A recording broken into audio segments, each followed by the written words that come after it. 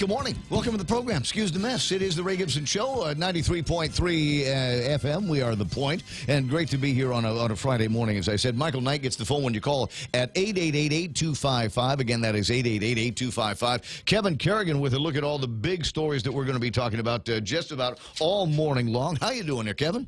No courtroom drama yesterday? No. Drama on the political front. There certainly seemed to have been some drama on the political front. A little bit of catfighting going on over at the conversations with the candidates yesterday. Indeed.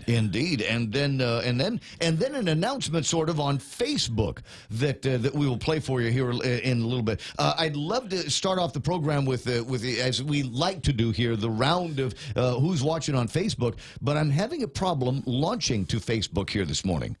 I know. I don't know what it is. I got a thing that says I've got invalid credentials, and I'm the only guy that has credentials. Yeah, that's what happened to us the other afternoon. You watch? Yeah, I might have to restart a couple of things, and now is not a good time to do it because we're actually involved in the broadcast of the morning show now. So that's going to be kind of tricky.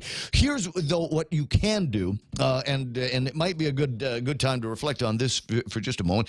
We are multi-platform here. You can listen to the program on 93.3. If you've got an HD radio, put it on 104. That's Boss 104, and then HD3 is where you can find another version of this program. No, it's not another version, another copy of the program, if you will. Anyway, so you can do that.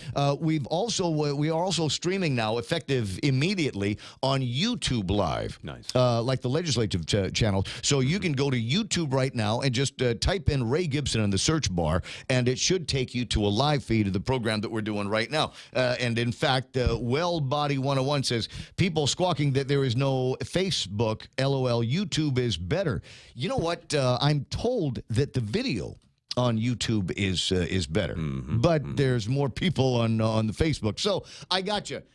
So those of you that are looking for me on Facebook Live this morning, sorry, go to YouTube Live. Like I said, just go to youtube.com and then type in Ray Gibson, and you should be able to watch the program. Unfortunately, we won't be able to see the commentary going up and down.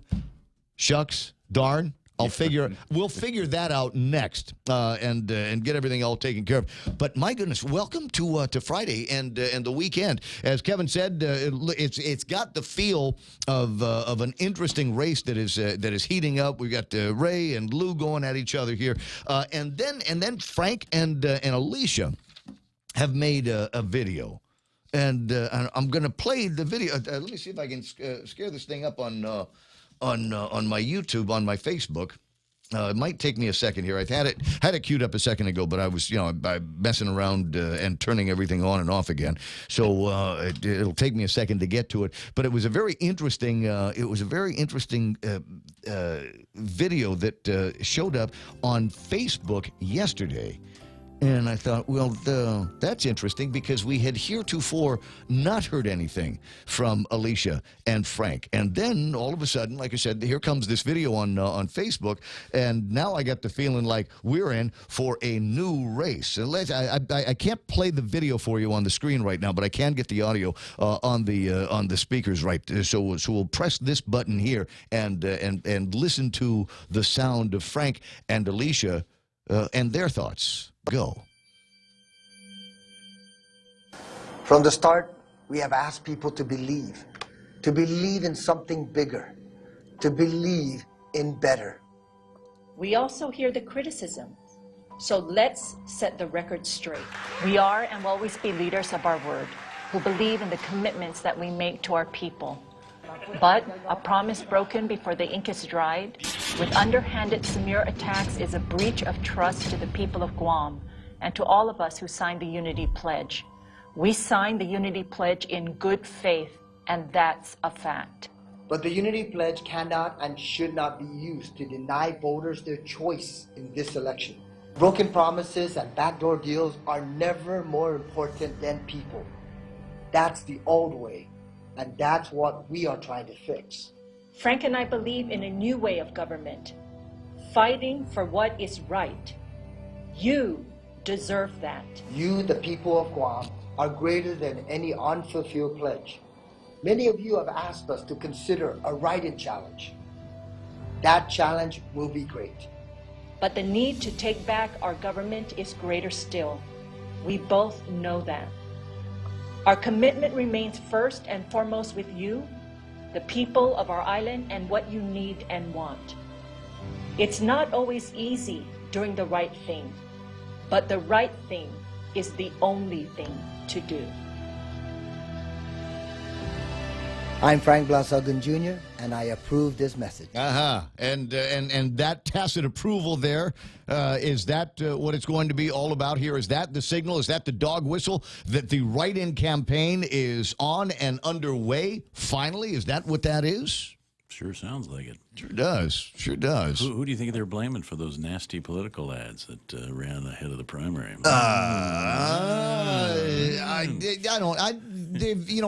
There's all of these guys that have sent me paperwork that look like, some kind of forensic work that they did, backwards channeling to find out what the IP address is that all of these the kill death hit pieces came from. And I know that there is a lot of finger pointing now at the Lou and Josh campaign as being the source of all of the kill death hit pieces that came out against Frank Uggan. It's positive. That's what many people are saying, is that the forensics kind of lead back in that direction. Clearly, there's some anger in that Uggan Limpianco. Well, yeah, and that's the thing.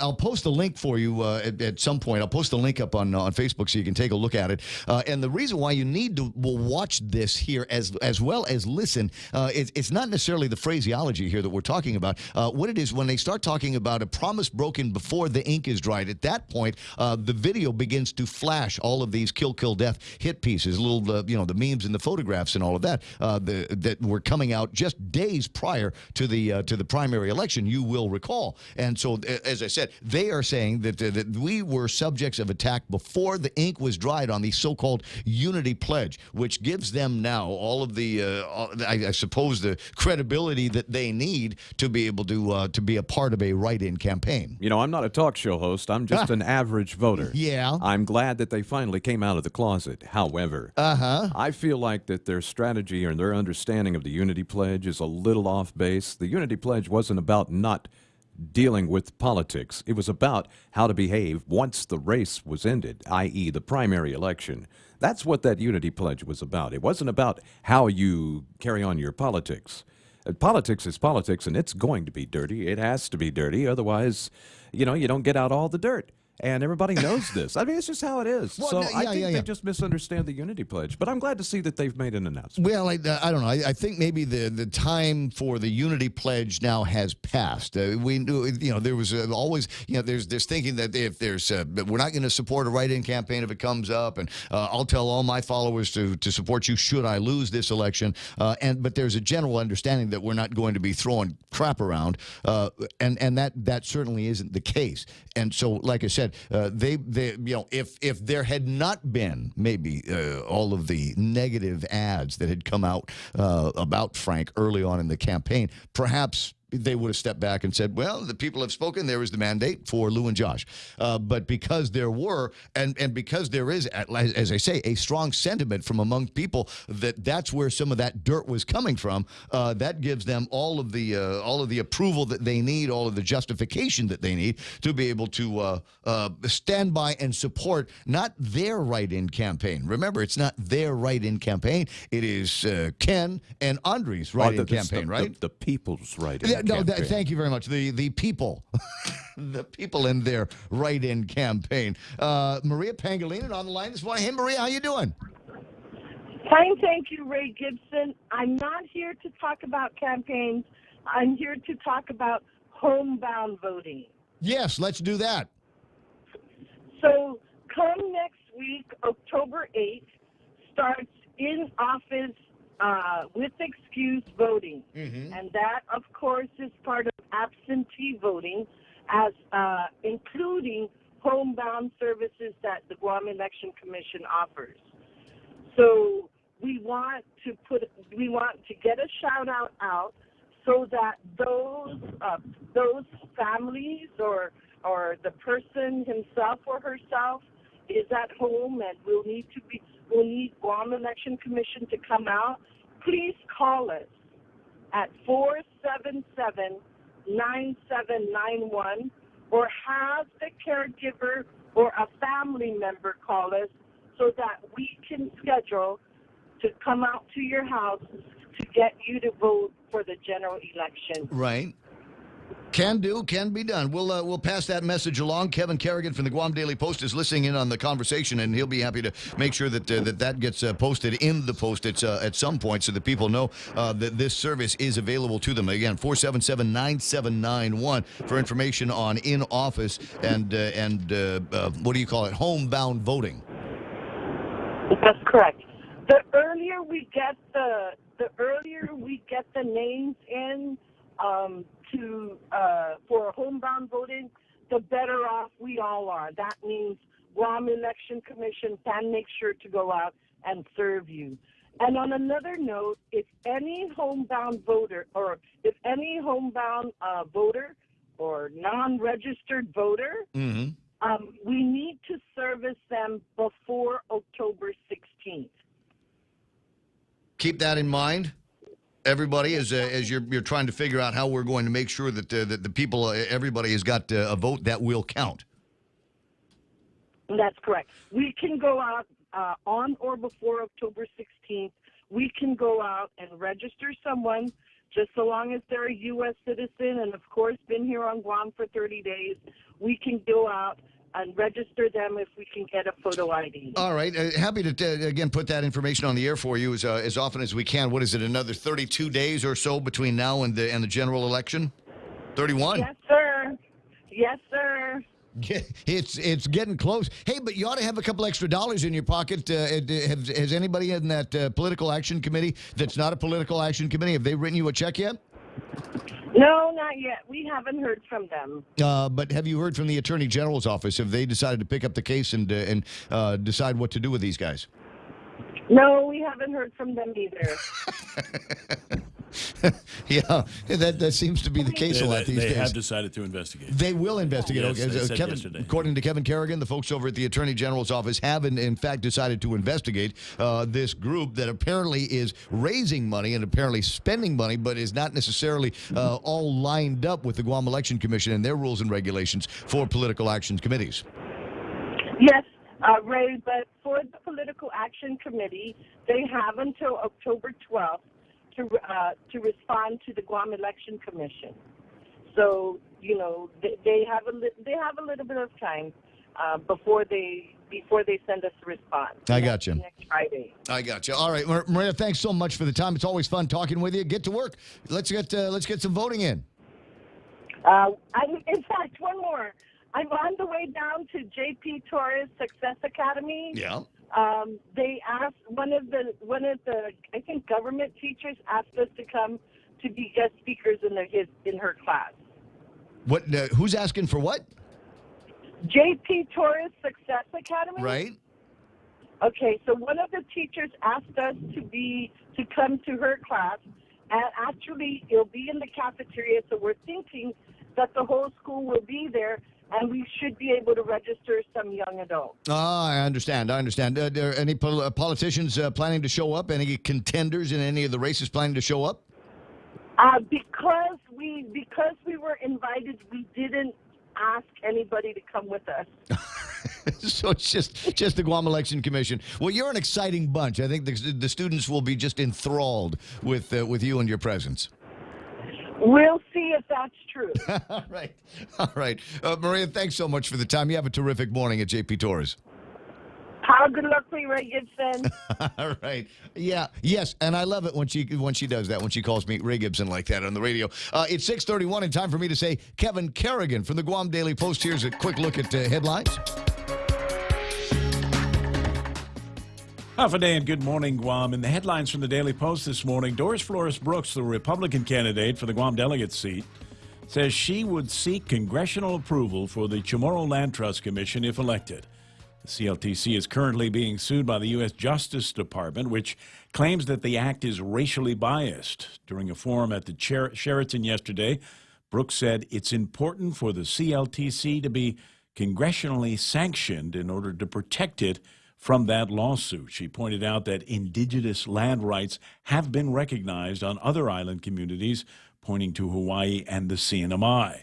Her Democratic opponent for Congress, Senator Michael San Nicolas, agreed that federal action is needed to defend the CLTC, but he said Guam should be cautious about how it proceeds. He said the only constitutional protection afforded to Native peoples and their lands is tribal recognition. Any other act would lack constitutional surety and be subject to future challenges, said San Nicolas. The Office of the Guam Attorney General has now confirmed that it will investigate alleged disclosure law violations by the People for Progress Political Action Committee.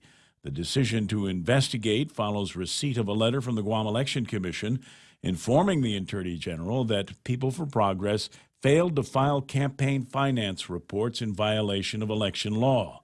People for Progress originally registered as a political action committee with the GEC, but they now claim they're not a committee anymore and not subject to disclosure requirements. However, back in 2016, they did file a financial disclosure statement revealing they had raised $116,000, and they reportedly paid for an ad featuring Lieutenant Governor Ray Tenorio at that time before he declared his candidacy for governor. Stumbo Middle School was placed on lockdown yesterday afternoon after a riot broke out between a group of students. It happened about 1 o'clock in the afternoon. Guam police were called in. A release from the Guam Department of Education says about 10 students were involved. Their parents were called. 2 attendance officers were dispatched to the school.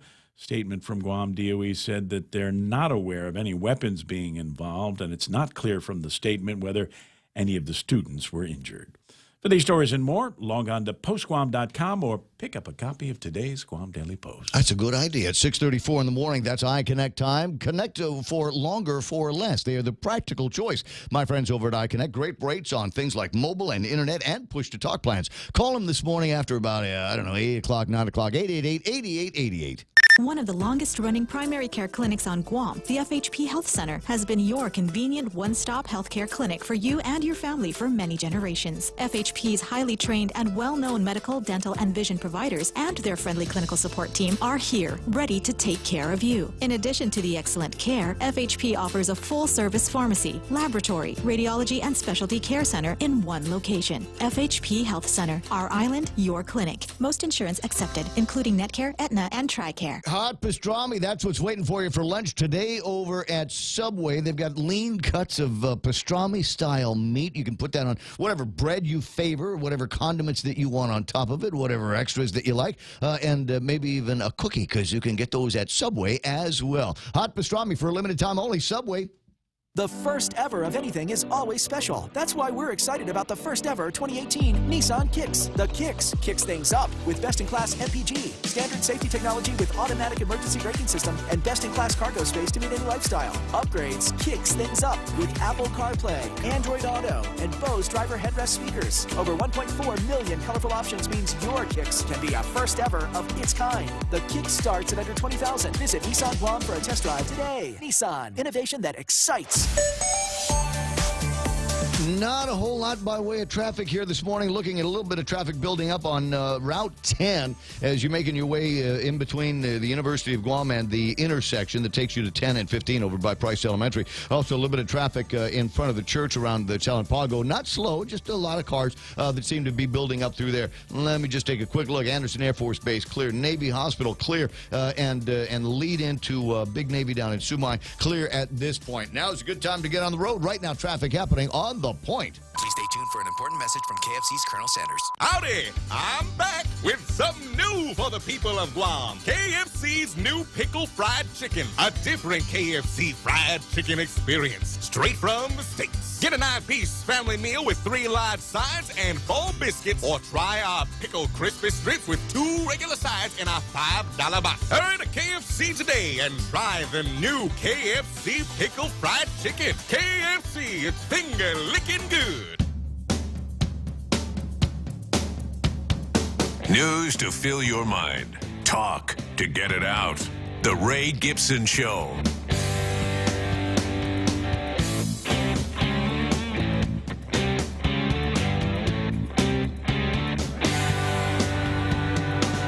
It's 6:37 in the morning. My name is Ray Gibson. Thrilled to be here with you on a Friday. A little bit distressed that I can't do the Facebook Live thing. Some kind of a login issue that I'm having a problem with, and I'm the guy that gets to fix that. But I can't do that and the talk show at the same time. So I will point you in the direction of YouTube. We are streaming live to YouTube as well. Just go to youtube.com on the World Wide Web and type in my name, RAYGIBSON, and you should be confronted. You should be able to get a thing that says Facebook. You should a live broadcast, and you'll be able to watch and comment there. But I can't put the comments on the screen, unfortunately. Now we're also on some streaming services, right? That they can get us on. It's just the audio.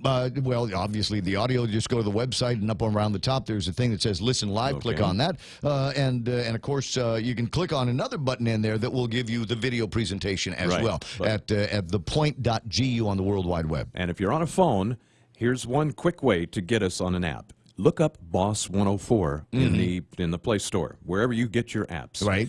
Then you go, when you load the app, you start it up, you go to the menu, and it gives you an option to switch stations. And you can switch it to 93.3 The Point and hear us on your cell phone. Yeah, tunein.com. We're also there. We're on stream. Any speaker, anytime is our deal. 888-8255 is the telephone number. WhatsApp at 988-5874. That's 988-5874. And YouTube.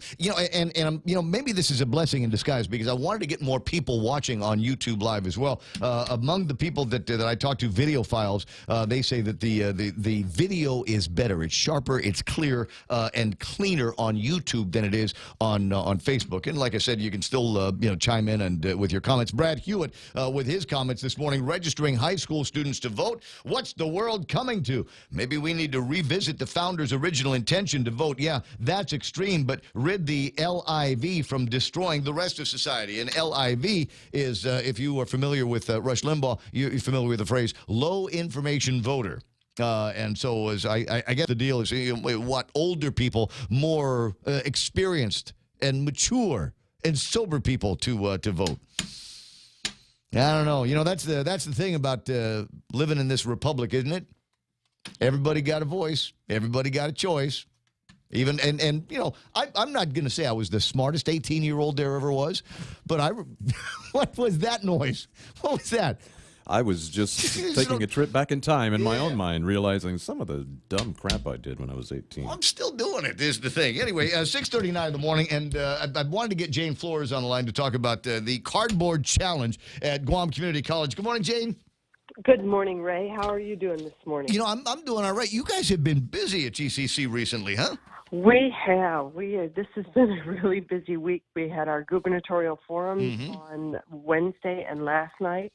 And today and tomorrow we have our cardboard challenge, and then later in the month we have our senatorial forum. So this is a busy month for us. A lot going on. Hey, they had the conversations with the candidates yesterday. The Guam Women's Chamber and the regular chamber put all that together over at the Sheraton, and a little bit of a catfight between Ray and Lou. Did anything like that happen at your gubernatorial forum? No, because ours were just forums. They were not debates. So we had the Democrats last night and the Republicans, Ray Tenorio and Tony Atta, were Wednesday night. And it was just the students asking them questions. Oh, I see. So they weren't in the room together. No, they were not in the room together. Oh, let's get them in the room. Let's get them in the room together over at GCC. Because apparently that's the new thing. There will be fireworks. So the students wanted to be able to hear each one of them individually so that they could make a decision. So they that's how they set it up. All right. Well, it's interesting to do it that way, but if that's what the students are looking for, then that's what they're looking for. So now you and I have had conversations about this cardboard challenge in the past, but for new listeners, describe briefly what exactly the cardboard challenge is. Okay, well, the Global Cardboard Challenge was originally a kid named Kane who, and I forget where, but if you go on our website under events, I have the link to the original Cardboard Challenge. It was this young man his dad would take him to work at his hardware shop. and he was 9 years old, and he was bored, and so he built like this city out of cardboard boxes. And there was a photojournalist who happened to walk into the store and to buy something and saw this and said, "Oh my God, this is amazing!" And he put it on YouTube, and it kind of took off. And then teachers started getting involved and saying, "Hey, we're going to do our own cardboard challenge." And this is our GCC Education Department's 5th year of doing this. And what the cardboard challenge is we live in such a techie world. And if you have young children, you know that, the iPad is your babysitter now, because you put, show your kid a video on an iPad and you get, work done or whatever. And what young early childhood education teachers are saying is, no, that's not that good, because play is the best way that young children learn. Active, tactile playing, where they're actually doing things. When you and I were young, it was go outside and play. And the world is a different place now, and so go outside and play sometimes is not the safest thing. But so what our education department has done is turned our MPA every year into just this cardboard wonderland, where the students create these cardboard castles and cardboard places and stores and shops and games and things that are colorful, and it's amazing. And so we bring kids, we have partnered with, there are some preschools that we partnered with, every year we try to partner with different ones and bring them. And then today it's open to GCC employees and their kids and grandkids and the partner schools. And tomorrow it's open to the public. And we are amazed at the amount the kids don't want to leave. They cry when they're well, any parent knows. I mean, you can go out and buy your kid the most sophisticated toy, but most of the time they have a good time playing in the box that the toy comes from. Absolutely. Sure. And you know what that is? It's imagination. It's what's taken away when you put that iPad in front of them. There's no, the imagination element it's not erased, but it's very diminished. That's what the childhood educators say. And then with a cardboard box, their imagination is just opened up amazing. And so we love going there and taking pictures. From my office, we love taking pictures because the kids are just, their eyes and their smiles, the way they run around and play, and we get parents who say, "Oh my God, my child doesn't want to leave." Yeah. Well, how old are we talking about? For as you say, today is for GCC staff and their kids, but tomorrow it'll be open to the public. So my kid's 13 now, so I think she's a little old for this. But what's the age range that you're looking for? Elementary age, preschool age, like first, second grade kind of thing. 0 to 7. Okay. So older kids, obviously, our high school, we have our early childhood education CTE program at George Washington High School. And the high school students, they are part of the artistry of making the cardboard things, the cardboard setups. And our post-secondary students do this too. And then we do have a section where the young kids can actually color and paint and create with cardboard too. So if they want to make their own thing, they go around and they see everything that's made. And then there's a section where if, Mommy, I want to do this, then, here, come over here and you can make your own cardboard thing. Gotcha. All right. Well, it's free and it's going to be happening tomorrow from 9 until 2, right? 9 until 2 tomorrow, yes. All right. So bring your child by and it, you're right. It's amazing. You buy your kid the most amazing toy, and even with my grandson, and they want to play with the box. Grandson, what are you talking about here? You and I just got out of high school and college. What are you talking about, grandkids already? I know, it's amazing, isn't it?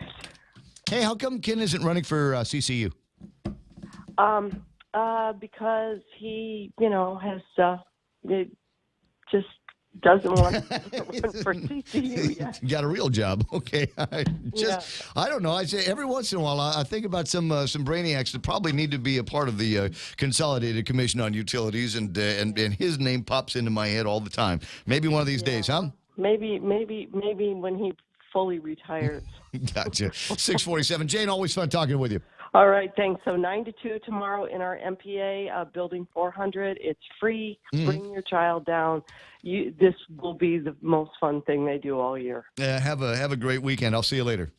Okay, take care. Thank you. 647-888-8255. That's a telephone number around here. 988-5874 if you want to send me something on the WhatsApp here as we move through the hour. A reminder, we are not on Facebook Live this morning. It's not my fault, but I'm going to have to fix it later on. And that's okay, because there's another way that you can watch the program, and that is by going to YouTube. We are broadcasting on YouTube Live as well. We've got that platform that is cranking this morning, and so there's a video record of everything that comes out of my mouth and everything that comes out of somebody else's mouth. I will, though, point out, yesterday I was highlighting a couple of ads that were running in the newspapers. One of them from Ray Tenorio that was giving Lou a hard time about having a silver spoon, and then one from Lou that was giving Ray a hard time because there's not enough cops on the streets these days. And very interesting, the graphics that went along with that, because it was a picture of a gun in a holster, and we thought that was pretty good in a subtle kind of,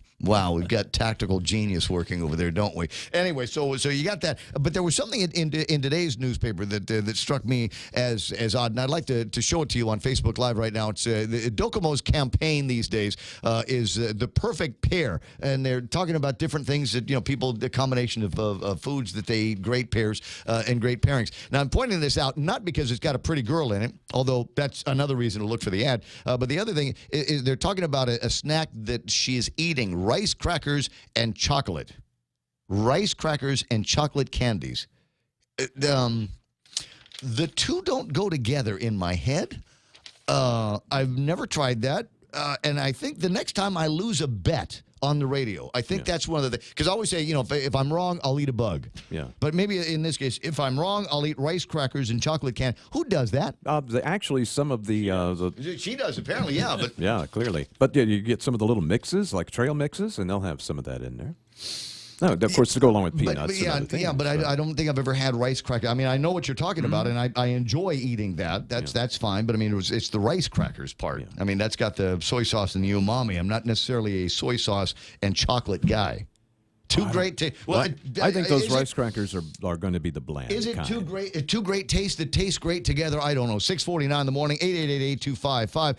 And the excitement now of the possibility of an actual three. I have been after Ken Leon Guerrero to get after Frank Uggan and Alicia Limtiaco to finally come out with something that is a little bit more indicative of their willingness to participate in a write-in campaign. And yesterday, I got my wish. Good morning, Ken. Don't we get the music, because this is a miracle you've been waiting for, remember? Did you want music? Do we have a music thing? Do we have a music piece?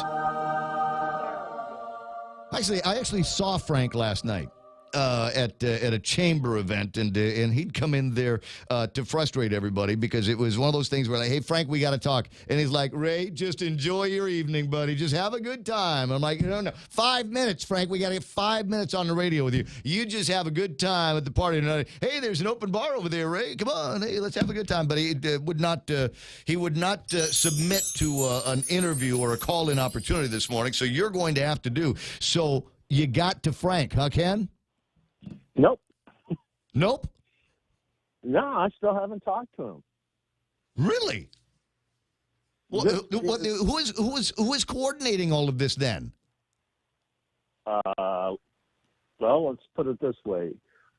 Andre and I are coordinating with each other. We're coordinating now with probably over 100 people at the village level. And Frank is going to do whatever Frank is going to do, but it's still a grassroots operation. And we have to keep it that way in order to protect our charter. Because according to the law, our charter, we are not allowed to coordinate activities with politicians. And so that's why we keep our campaign focused on making contact, working with people. And I know this drives you nuts because we're not driving around with pickup trucks and signs and things like that. But what we're doing is we're meeting with people, small groups of people. These meetings are becoming more frequent.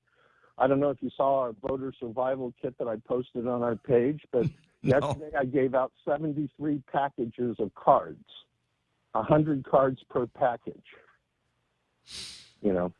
Ken, did you have a question for Ken? Hold on just a second, Ken. Well, Ken, I'm just curious. I mean, aren't you curious? Wouldn't you want to call him up and ask him what's going on? Yeah. I mean, hey, nice that's not video. coordination. Yeah, nice video you posted on Facebook. Oh, by the way, you know we're happy to put up some signs for you, and have people go to 76 and buy more of those coffee sleeves. Well, I'm going to keep my activity consistent with what we've done in the past because that's the best way for me to avoid getting a letter from Maria. It seems there's a song like that. The letter from Maria, maybe a phone call from the Attorney General's office. They seem to be pretty active on that. One thing that we have done consistently is we have done interviews with candidates and potential candidates. Mm-hmm.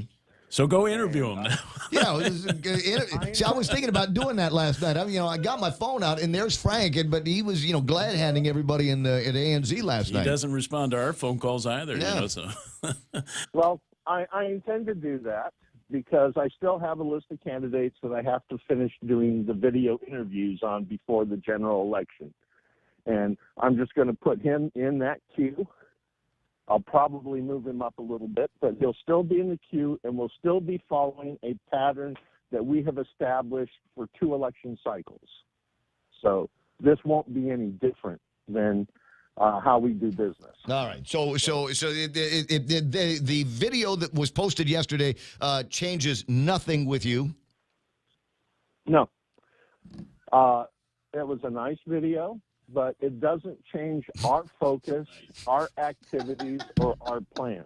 All right, hold on a second. I gotta take something off the page here. According to the video machine, I'm still talking with Jane Flores, but the fact of the matter is, I'm talking with Ken Leon Guerrero, and Ken, along with Andre, along with Mr. Healy, are folks that are behind a write-in campaign. Not necessarily happy with the outcome of the primary election. Not necessarily happy with the grouping of the Democratic contender and the Republican contender, and would like for the people another option. And there are other options out there. You can write in Frank and Alicia. Is that right? Yes, you can. Okay, or you can write in Bob Klitsky and me if you wanted to. Well, unfortunately, Bob Klitsky has gone on public record saying that if drafted, he refuses to accept. If he wins, he refuses to serve. Yeah. So we'll have to put Kevin in with you. Well, I'm the same. I would listen. I just be if write me in, but understand this: I'm not actually going to do anything. I'm just going to be in it for the perks. Well, so you just knocked yourself out of competition by saying you won't do anything. Well, would it be all that much different from what it is now? I'm sorry, it's Friday morning. I'm kind of frisky. I'm just kind of frisky. So that long and short of it, and Brad writing on YouTube Live this morning, it's obvious Ken has spoken with an attorney and advised him that he should say he's not speaking to Frank. That would be against the law. Well, Ken hasn't spoken to an attorney. Ken is just going by a plain English read on the rules and regulations of political action committees. Noted, and so we'll just kind of leave it there. Can I ask you a question about what the future holds for you and Andre and Jim? Is it possible that there might be something like, I don't know, a rally in the making, in the offing? We're in the process of organizing a couple of village meetings of our own. Village meetings. Okay, so not rally, but village meetings. How about motorcades? You got anything like hey, do me a favor. If there's a motorcade, make sure that Frank is sitting down. What's the status of that lawsuit, Ken? Yeah. last I heard, the Guam Election Committee had no objections to Vern as the judge. Vern said that once he got that back, he would be setting a scheduling order. I have not received that scheduling order yet, but we're still in the game. All right, so no scheduling order, so we don't know whether the verdict, his ruling is going to come out before or after the election. I think we're tentatively, he's looking at March 19th. Okay, so I'm clearly not the only frisky one here today. My lawsuit against the government of Guam over the fuel tax, we're still in court there, and that's been, I think, since October. Yeah, right. Yeah.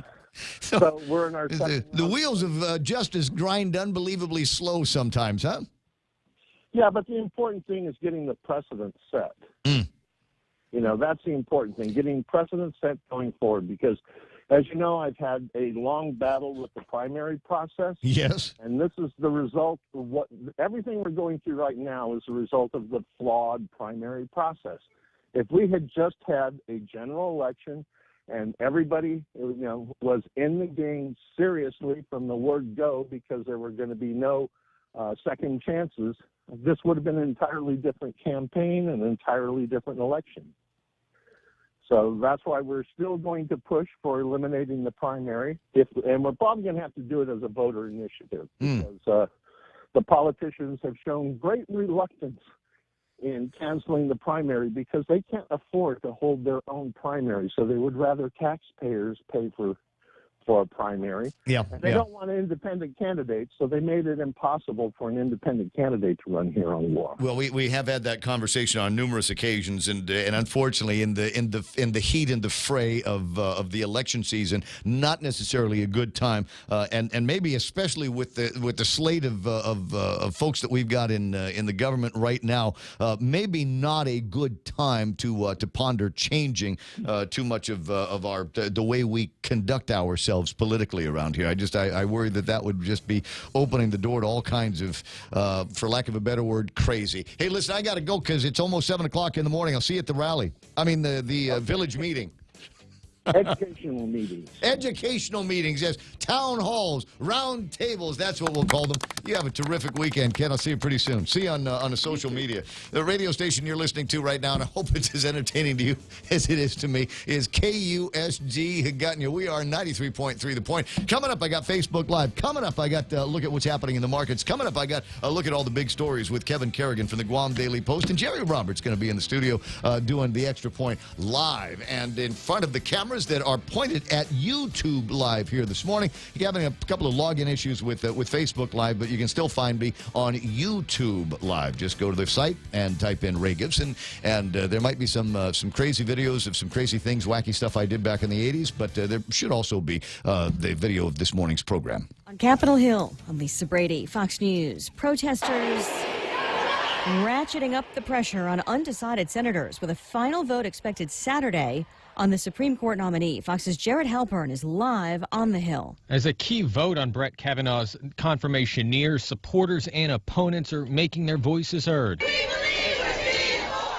Hundreds of protesters chanting and waving signs supporting the women accusing Kavanaugh of sexual misconduct. Judiciary Committee Chairman Republican Chuck Grassley says it's Democrats that have put this nomination process on a course for a demolition derby. They just about destroyed a good person to be on the Supreme Court. A Republican say an FBI report provides no corroboration of sexual assault allegations. Democrats who have viewed those documents say that's not conclusive. Lisa. Thanks, Jared. Senate Minority Leader Chuck Schumer. I disagree with Senator Grassley's statement that there was no hint of misconduct. He says a redacted version of the FBI report should be made public. President Trump is in Minnesota for another midterm campaign rally, tweeting earlier today that 100 FBI investigations of Kavanaugh wouldn't be enough for Democrats. Vice President Mike Pence echoing the president's claim of election meddling by China. Vice President Pence says China is waging a coordinated campaign to undermine support for the president and to influence elections next month and in 2020. Beijing has mobilized covert actors, front groups, and propaganda outlets to shift Americans' perception of Chinese policy. The vice president telling the Hudson Institute in Washington, China wants a different American president. China denies any effort to interfere in the American democratic process. Fox's Rachel Sutherland in Washington. Interest rate concerns return on Wall Street. The Dow dropped 200 points. This is Fox News. We get it. Gas and utility rates keep rising with no end in sight. But with Double Play from GTA, you can get an extra sweet deal that'll save you extra cash. Sign up today and get 50 megabits per second with fiber home internet, unlimited talk and text, plus 25 gigabytes of wireless data. And new customers get the first month free with no contract. Save over $500 in the first year and get extra with Double Play from GTA. Conditions apply. Visit gta.net for more details.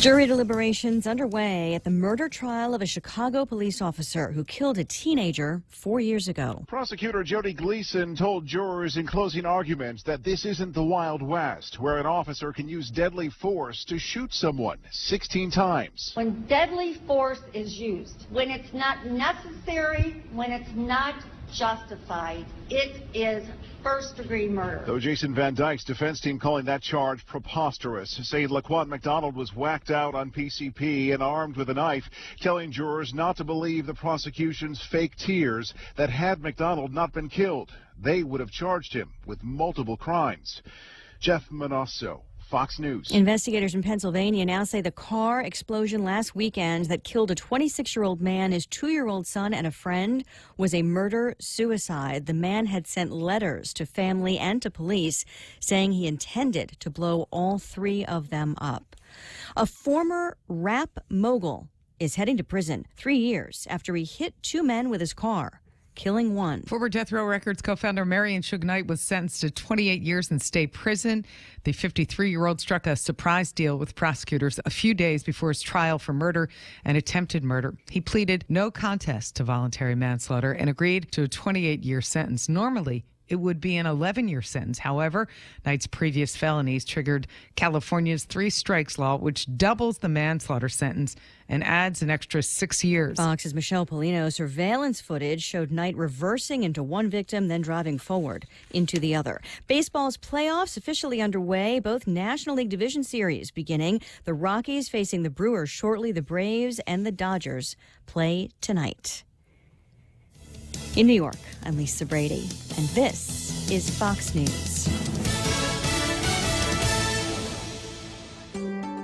At Guam Regional Medical City, it is our mission to become the island's premier choice for specialty care, like cardiology, pulmonology, neurosciences, orthopedics, oncology services, and more. We aim to protect our island from heart attacks, strokes, cancer, and diabetic complications. But should you suffer from such diseases, we're ready with world-class options, both inpatient and outpatient. For more information, visit us at grmc.gu. Get a 20-ounce stainless steel Circle K Coffee Club tumbler. Just stop into any Circle K, sign up for our Power Pass rewards program, and after your purchase of 15 cups of premium coffee, any size, you get your tumbler for free. While supplies last, conditions apply. See store for details.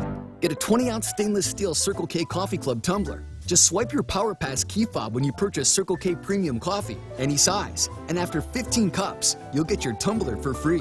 While supplies last, conditions apply. See store for details. Calvo started with a simple handshake. As we celebrate 80 years, we extend a hand to all of you who have taken our hand in trust, to the dreamers and realists, the families, the businesses, the young at heart and the old souls, our manumku and our children. From all of us to all of you, our deepest, happiest, and infinite thanks. 80 years here for you. 80 years thanks to you. Calvo's Insurance, a legacy of trust. Cheese curls and hot sauce, pantosta and coffee. Great alone, but better together. Here's another perfect pair for you. Docomo Pacific has created the Better Together bundle, combining 2 great services for one low price. Get unlimited local talk, text, and 20 gigs of data, plus unlimited home internet speed up to 20 megabits for $109 per month. You also get free installation and a Galaxy A8 Plus when you sign up today. Mobile plus online from Docomo Pacific. Better together. Some conditions apply. Call 688-KRC store for details. Family Finance, serving the people of Guam since 1959. Now you can start planning for the holidays by getting a personal Christmas loan from $1,000 up to $3,500. Family Finance has 3 convenient locations to serve you. Give them a call in Dededo, 633-4473, Hagåtña, 475-4545, and the Upper Tumon location on the 2nd floor of the Pacific Building at 647-5626. Get your Christmas loans today from Family Finance.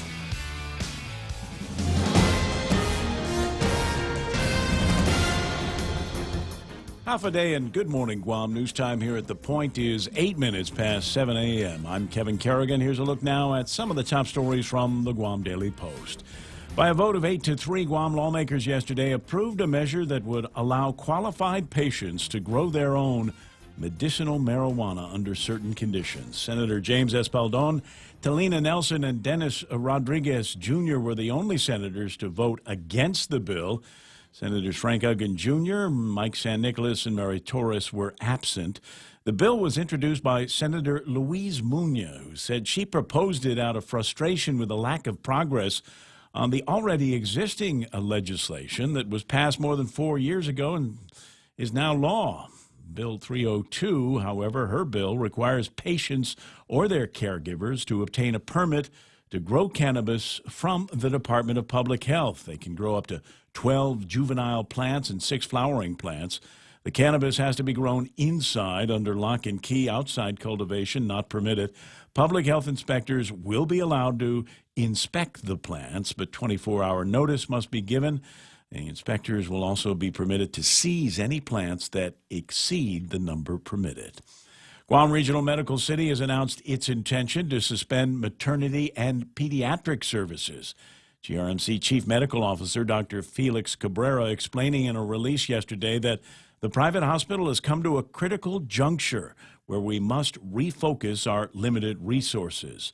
The date for full closure has not yet been decided, according to the release issued yesterday. However, the statement says the closure of maternal and child health care services is expected to take place by the end of this year. The release notes that maternity services are already available at Guam Memorial Hospital, and GRMC President and Chief Operating Officer Dr. Mike Cruz is quoted as saying that the region's health challenges are too great with too limited resources to be operating redundant services that can potentially be consolidated.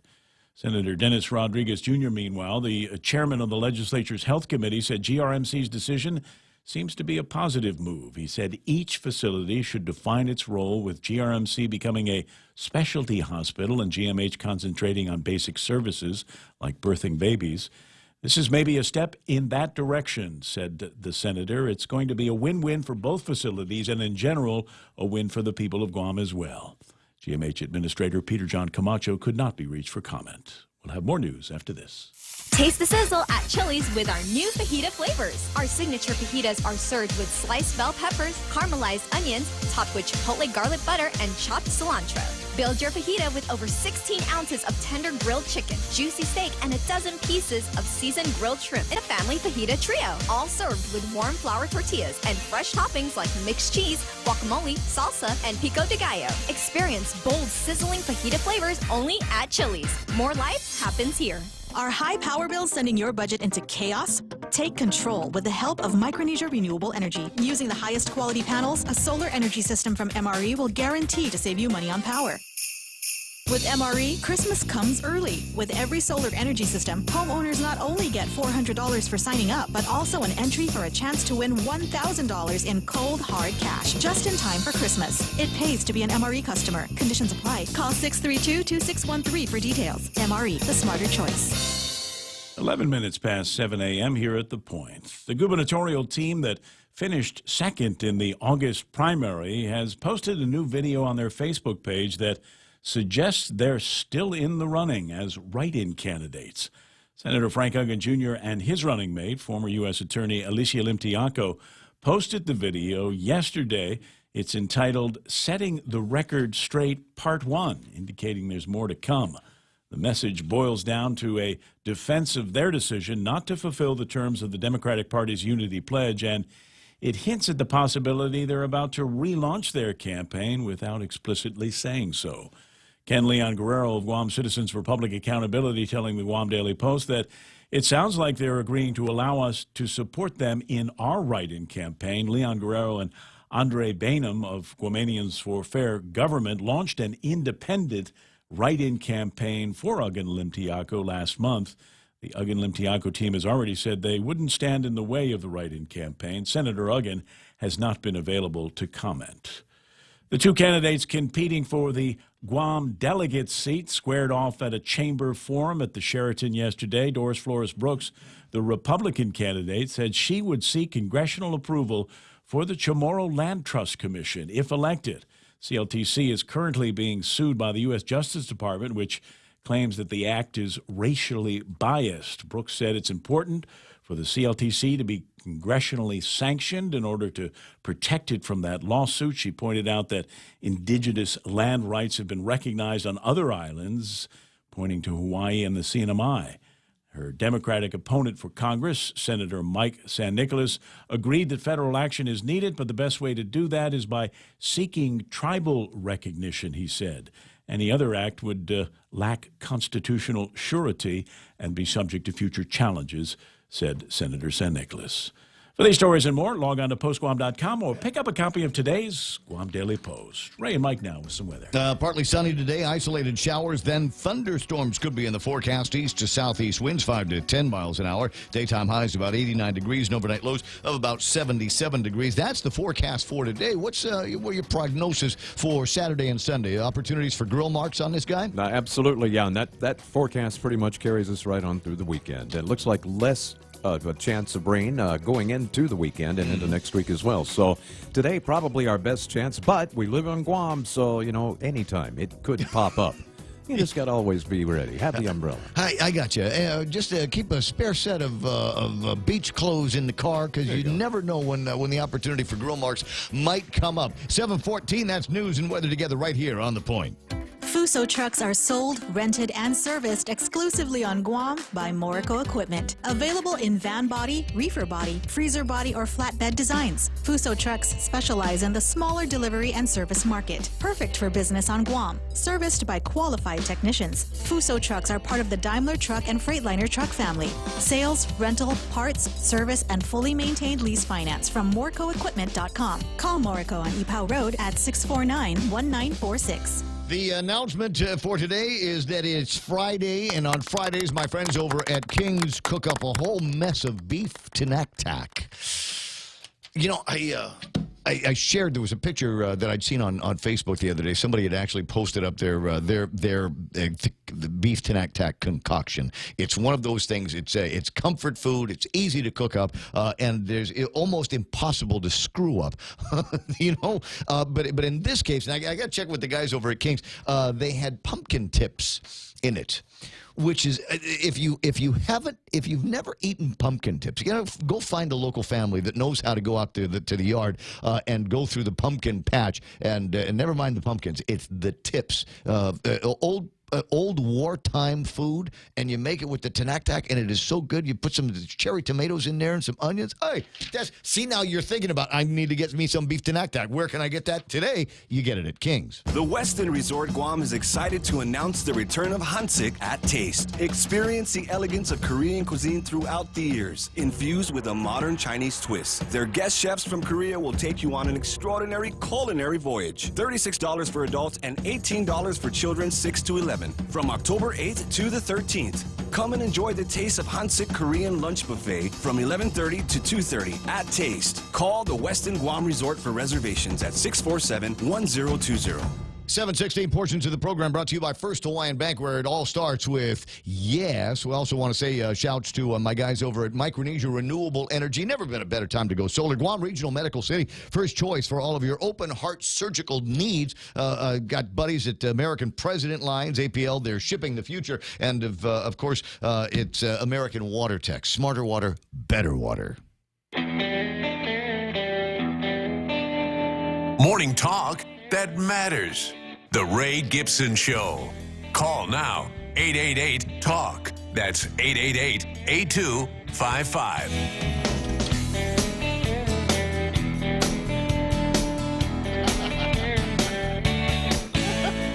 That's funny. Yeah, you want to talk about radio silence. They're making videos in the Ugg and Alicia Believe camp, but nobody's answering the telephone. And I should have taken the advantage of the opportunity when I saw him last night to horse collar him into a corner at a big mixer, chamber mixer that they had over at ANZ. He was in attendance at that, and the wan Frank smile as he walked around the room knowing that he was disrupting. Now, there's a couple of different ways that people are looking at this. One of them is, hey, great, we've got a new campaign. We've got maybe the official start of some kind of a write-in campaign with Frank and Alicia. And then you've got a number of other people that are saying, you're screwing it up for the Democrats. That's what you guys are doing. Is you're going to split the party and you're going to pull Lou and Josh's chances at Adelup out of the jaws of victory. You will actually snatch that campaign out of the jaws of victory and assure another 4 years of at least another 4 years of a Republican at Adelup. That's what some people are saying as well. Where is the debate going to end? I don't know. Got no idea. It'll probably end up on Election Day, November the 6th, not too far away from where we are right now. Just really a handful of weeks between here and there. And it is beginning to look like we've got an interesting campaign. Although I will say I'm somewhat disappointed over the nature of the debate that they seem to be having. The thing is, foster kids, is that really going to be the issue that Ray is going to use between here and there to break Lou and Josh? I think it's poor boy, rich girl. That's right. Yeah, the theme of the campaign seems to be I've had a tough life, and I'm with you. I'm one of you people. Yes, I'm from the great unwashed public. Yeah. Huh. All right. Well, we'll play around with that and some of the other topics. 888-8255. That's 888-825-988-5874. And we're normally at the beginning of the show, I do a big deal about saying hello to everybody watching on Facebook Live. I've got some login problems on Facebook Live, and as a result, am unable to present the show on Facebook Live. I can't figure it out, and I'll be able to, I'm sure, at 10 o'clock this morning. I can't do anything about it now because I can't sort out the computer issues while I'm trying to execute a talk show. Hazards, if you will. But it's not the only way that you can listen to the program and watch the program. You can watch us live at thepoint.gu on the World Wide Web, or go to youtube.com. In fact, by a happy accident, we started broadcasting on YouTube Live just this week, and a great platform, a very stable platform, and they tell me a better looking platform. You can make comments, though the comments won't necessarily show up on the screen. Brad's made a couple of comments here this morning already. Ted Lewis says, glad to have found you this morning. Who else is playing around? Dora Fergerger is online with us. Well Body 101. Well Body. Now, don't you want to right click on that and see what they're talking about here? ASL, age, sex, location. That's what we're looking for. And so there are opportunities for you to continue to watch the program. We'll have Jerry Roberts doing his Extra Point live in the studio here in just a second. But first, time to take a look at what happened on the markets. You're not going to like the news. All of the markets are down here today. S&P 500, 2901. They're up by 23 points. NASDAQ dropped 145 points. What happened there? I'll have to look that up. The FTSE is down, and the Dow Jones Industrial Average off by 200 points. Now, reminder, they've only put about 300 points on the board in the last 48 hours. So 200 points worth of a loss is not staggering, but it's attention-getting. As I said, the FTSE's down down. Nikkei is going to open down. The Hang Seng Index is going to open down. Shanghai's like the only thing that's up today, up by 29 points, and the DAX is off by about 43 points. Now, on the other numbers that we like to look at, and there's been some movement in oil. West Texas has gone from about $76.22 and moved backwards to $74.63. I'm still not crazy about where that's trading at, because those are, frankly, Tapas numbers. When you start seeing the West Texas trading at in the mid-70s like that, Tapas is spooky today. You want to hear this? Maybe you don't. $89 and a nickel. Ow! You felt that, right? $89 and a nickel for a barrel of Tapas crude. That's the stuff that turns into the gasoline that goes into our cars. So I got to make the pitch again.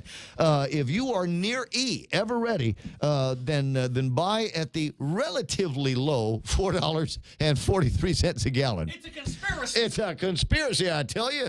I was thinking about this yesterday while I was in traffic, pondering whether I wanted to go to the gas station or not, and I was pondering the idea of maybe talking to the guys in the car business about an electric car or some kind of a hybrid. Yeah.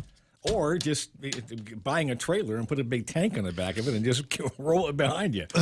You will remember back in the 1970s. 74. Yeah. There was there were people that were hoarding gasoline. Yes, they were. Putting it in the ground, as a matter of fact. They were burying 1,000-gallon tanks and things like that, and putting it in the ground and pumping it out from there. We had a couple of oil drums at the house that had been converted to gasoline drums, and of course the scary thing is, number one, they rust and it'll get out into the environment. But number two, there were the concerns that people might get a little bit too close with a lit cigarette, and a match or something like that, and make cause for a 50-gallon drum filled with gasoline. New sinkhole in the neighborhood. Yeah. And then there was the other thing. I remember that we were doing some yard mowing, and nobody wanted to go to the gas station, and they said, "Well, we've got the gasoline in the drum in the back." Yeah. And we opened it up, and we couldn't use that gasoline. It had run out of gasoline-ness. Oh. Yeah, it wouldn't work. We poured a little bit of it into the lawnmower, and it stopped working. Oh, no. Yeah. So there's something about stability and being able to keep things fresh that we didn't know back then, but we know now. But it was like 49 cents a gallon, so hey. Yeah, relatively low. But you remember people were freaking out in 74 because it went from 35 to 45. Whoa! Yeah, and again in the late 70s. You remember when gasoline went over $1 a gallon? First time. And people begun to freak like you wouldn't believe. 7:23 in the morning. That familiar voice that you hear in the background is none other than the artist formerly known as J.Q. Fanihi, Jerry Roberts, in the studio this morning for an Extra Point Live. A couple of great extra points that you've done in the last couple of days. The 12 deals for managers. 12 things good managers believe. Yeah, and again, I'll say, download that. Go to GuamTraining.com, download it,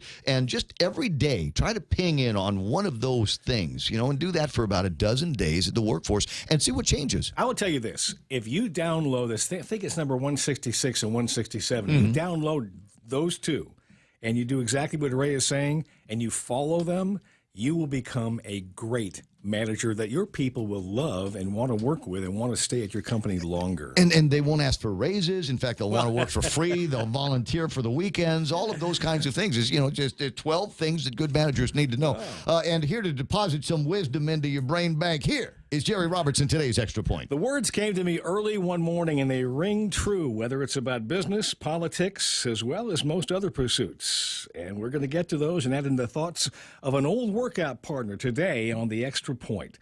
I had just finished writing and designing our new team-building course, Professionalism 101. It needed a tagline, something that would be meaningful and get people thinking. It was maybe 3 o'clock in the morning, and my eyelids were screaming, "Where's the pillow?" Then the words came, and my eyes came wide open. What you put up with, you end up with. That line has resonated with a lot of managers this year as they found themselves nodding their heads when they read it. They knew well that it applied to them, and if they were going to see a change, they needed to hit the reset button. A company that lacks direction and seems to run on the whim of whoever you're talking to at the time is what my earliest mentor, Big Ed, used to say was like a carnival with the monkeys operating the rides. It might be fun to watch for a while, but monkeys tend to make a mess of things. I've lived in Guam for most of my adult life, and the way we choose our elected leaders has been slow to change. Social media has made an impact, and that will continue as more and younger people join the voting pool. The old ways of voting for who my parents voted for isn't as prevalent as it has been. We still vote for party more than we should, and for people who are somewhere in our extended family, and maybe that will change too. Some people support and vote for a particular candidate because a job is offered, and if they win, and that will probably never change. Until we become smarter and better voters, that line applies to us. What we put up with, we end up with. Most of us don't do our homework and ask enough good questions about what candidates believe, how they solve problems, and whether or not they know how to play nice with the other kids. We listen to sound bites in the news and smile at their social posts. I spent about 9 years, off and on, hitting the gym with a fellow named Simon Sanchez, who is a member of the Consolidated Commission on Utilities.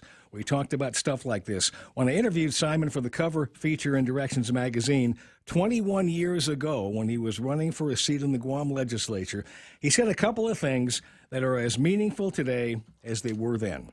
Simon said, "We need to examine our processes in making public policy decisions because it's quite clear that some of our collective decisions aren't cutting the mustard." Then he added, "If our expectations are low, then the people we elect are probably going to meet them." What are your expectations, and why are you so sure the folks you plan to vote for will meet them? Are your expectations too low? Do your candidates really have what it takes to make a positive difference? We're just a month away. And remember, what you put up with, you end up with. That's the Extra Point. Get out there and make something good happen today. For 93.3 in the Ray Gibson Show, I'm Jerry Roberts. Man, there is some truth there, isn't it? Yeah. What you put up with, you end up with, and always a good warning to people when you start to see things that you go, I don't think I want to live with this for a while. You've got to put an end to it immediately. You know, and some things will not change, and some things will change slow. And the whole issue about, and when you see candidates put the campaign stuff up, and they have their last name plus every other family name that's even remotely attached to it, you know, what are they trying to do? Oh, that's my auntie. That's my cousin. I think I'm going to vote for them. That's probably the world's worst reason to vote for somebody. Yeah, exactly. Because they might be in your extended family. But, you know, that's part of the culture, and it's part of what we do. But, you know, this is going to be an election that's very, very important, not only just for governor, but for the legislature. Because maybe the next legislature after this one is the one. But we're coming to a time where we're actually going to have a couple of nickels to rub together. When is that? Pretty what are you soon. talking about? Well, when the military folks start to get it, going to be more money. There'll be more money floating around, and they'll use that as an excuse to spend more money. No, that's what I'm the saying. Scary thing. The point is, that's the point. And they will actually have some money to spend. Well, they've got money now. It's almost $1 billion worth of revenue that has come in through the Department of Revenue and Taxation. Yeah. And so for that incredibly high amount of money, what do you see out there that has improved our life? Okay, point well taken. Right? A lot of payroll got taken care of with that $1 billion. But that's always been the issue. Yeah. Okay, it's always all the money that goes into the government. 97.9% of it goes to salaries. Yeah. So there's, you know, do the math. There's not much for capital improvements and things of that nature. But these folks are going to have some money to spend down the road too. And are these the folks? And point is, that money will not last forever. And at some point, we'll be back to where we are today, bro. Pay the debts, guys. Pay the debts how with, are they with spend whatever the money. Who are you going to elect? Just think about that. Anyway. So the line is of the what is it, 50 or so people that are running for office that you'll see on the ballot. Which one are you willing to say, here, hold my wallet? Think about that while the commercials play. It's 7:30 in the morning. Headlines and traffic coming up. Grilled salmon, petite sirloin. Can't decide. What are you doing? Making my top 10 list of favorite dishes at Ruby Tuesday. You really need to get a hobby. But I can't decide. There's no way I can narrow down so many classic dishes to just 10. Then it's a good thing Ruby Tuesday did it for you. It's the all-time favorites menu at Ruby Tuesday Guam. We took our most popular dishes and put them on one great menu for only $14.99. Hickory pork chop, Parmesan shrimp pasta, prime loco moco. 10 top sellers at one great price. Pick your favorite for a limited time at Ruby Tuesday Guam. It's Micronesia Mall's 30th anniversary, and to celebrate, we are giving away a new Kia Soul LX, a Mazda 3i Sport, the popular Honda Civic LX, and 30 Manila Flyaways during our 30th anniversary Drive-Away Flyaway. Win 3 great cars from Triple J Auto Group, 30 Flyaways from Philippine Airlines, plus thousands of prizes from Burger King and Foot Locker when you play Micronesia Mall's 30th anniversary Drive-Away Flyaway.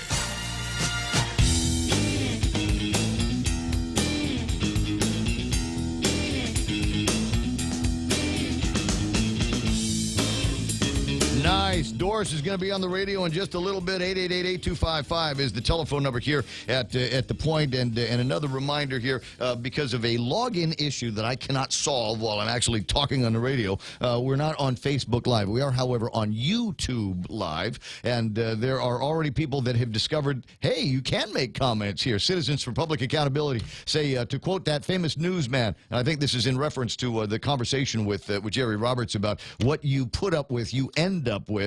To quote the famous newsman Howard Beale, in agreement with Jerry, we're mad as hell and we're not going to take it anymore. Hence, the write-in campaign. Guam Citizens for Public Accountability. You might recognize the name Kenley and Guerrero and Andre Bainham that go along with those particular groups. 7:32 in the morning, and do we blow off traffic here for a second? Let me just take a quick look at the gizmo and see if there's anything that is worth warning you about. And it looks like, as usual, you might have a little bit of a delay, a little bit of traffic getting into the Air Force and Navy bases. And southbound Marine Corps Drive coming out of Jigo and into Dededo is beginning to build up, and we're seeing traffic on Route 10 around the University of Guam and the intersection between 10 and 15 start to build up as well. But I don't see any red spots, so that's good for traffic. Now, news from the Guam Daily Post. Here's Kevin Kerrigan.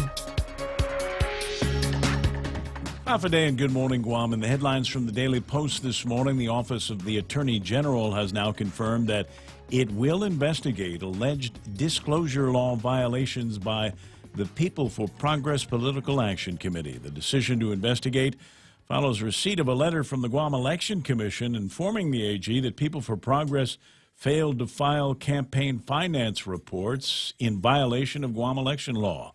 People for Progress is originally registered as a political action committee with the Guam Election Commission, but now claims it's not a committee anymore and not subject to disclosure requirements.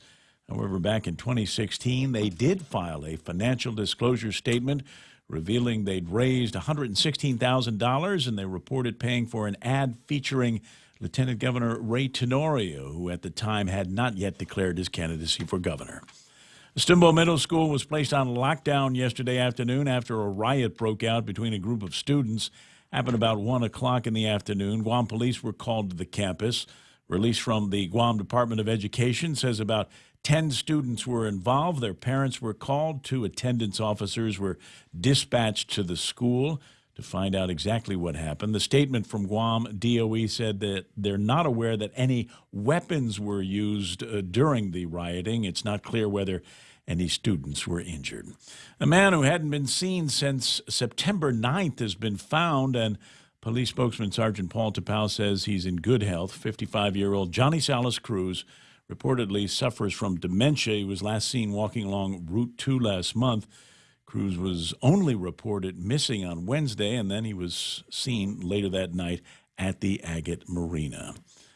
For these stories and more, log on to postguam.com or pick up a copy of today's Guam Daily Post. Thanks, Kevin. 7:34, and that's iConnect time. Swing by iConnect or call them at 888-8888 and ask them about why they believe they are the practical choice. And then get ready for a litany of incredible reasons. Like, yeah, we got great prices on mobile and internet and push-to-talk plans. So check them out today at iConnect. The first ever of anything is always special. That's why we're excited about the first ever 2018 Nissan Kicks. The Kicks kicks things up with best-in-class MPG, standard safety technology with automatic emergency braking system, and best-in-class cargo space to meet any lifestyle. Upgrades kicks things up with Apple CarPlay, Android Auto, and Bose driver headrest speakers. Over 1.4 million colorful options means your Kicks can be a first ever of its kind. The Kicks starts at under $20,000. Visit Nissan Guam for a test drive today. Nissan, innovation that excites.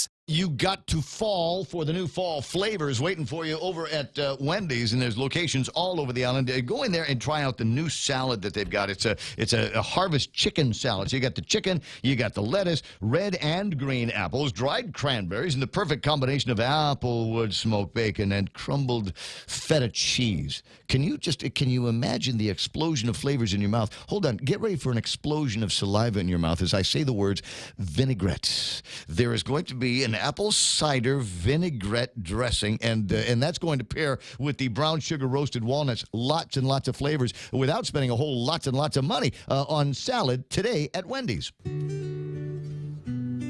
The problem isn't just not being able to hear or understand, or having to tell people to speak louder. Sometimes the frustration is having to repeat yourself too many times, or speaking so loud you're almost shouting. At Guam Hearing Doctors, we understand that hearing problems affect both sides. One of our goals is to help your hearing for those around you. Call us at 989-TEST to learn more.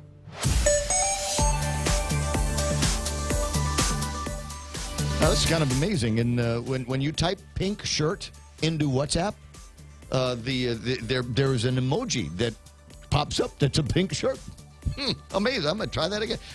You can try. I don't know if that's just in WhatsApp or whether it's a Samsung thing, but I think it's kind of cool. But when you press the button, when you actually send it, it becomes a purple shirt. 7:37 in the morning.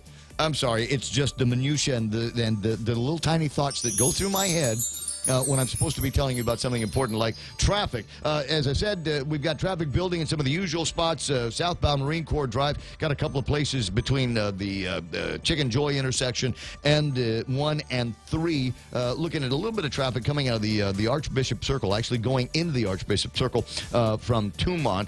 You are going to see traffic beginning to build coming out of 8, 10, and 16 southbound towards Agana. It will clear up, and then it'll get snotty again as you get closer to the intersection that takes you onto Teedzin. What do we got here in Mangilao? Traffic in and out of the intersection of 10 and 15, and traffic around the University of Guam GCC area beginning to build. Once you get onto Route 4, though, should be clear once you get past Chilanpago. A little bit busy through there, but Ordot, Agana Heights, Sinahanya, all looking pretty clear right now. That's right now. Traffic here on The Point. Security Title is honored to join in sponsoring Ray Gibson on The Point. Half a day. I'm Mark Benventi of Santa Rita, and this is where I start my day. Listening to the voice of our community and sharing thoughts and issues that affect us all. It all boils down to our people, our land. Protei Igumalo. Protect your home. When purchasing or refinancing your home, remember to call the professionals at Security Title, just like you call Ray Gibson in the morning.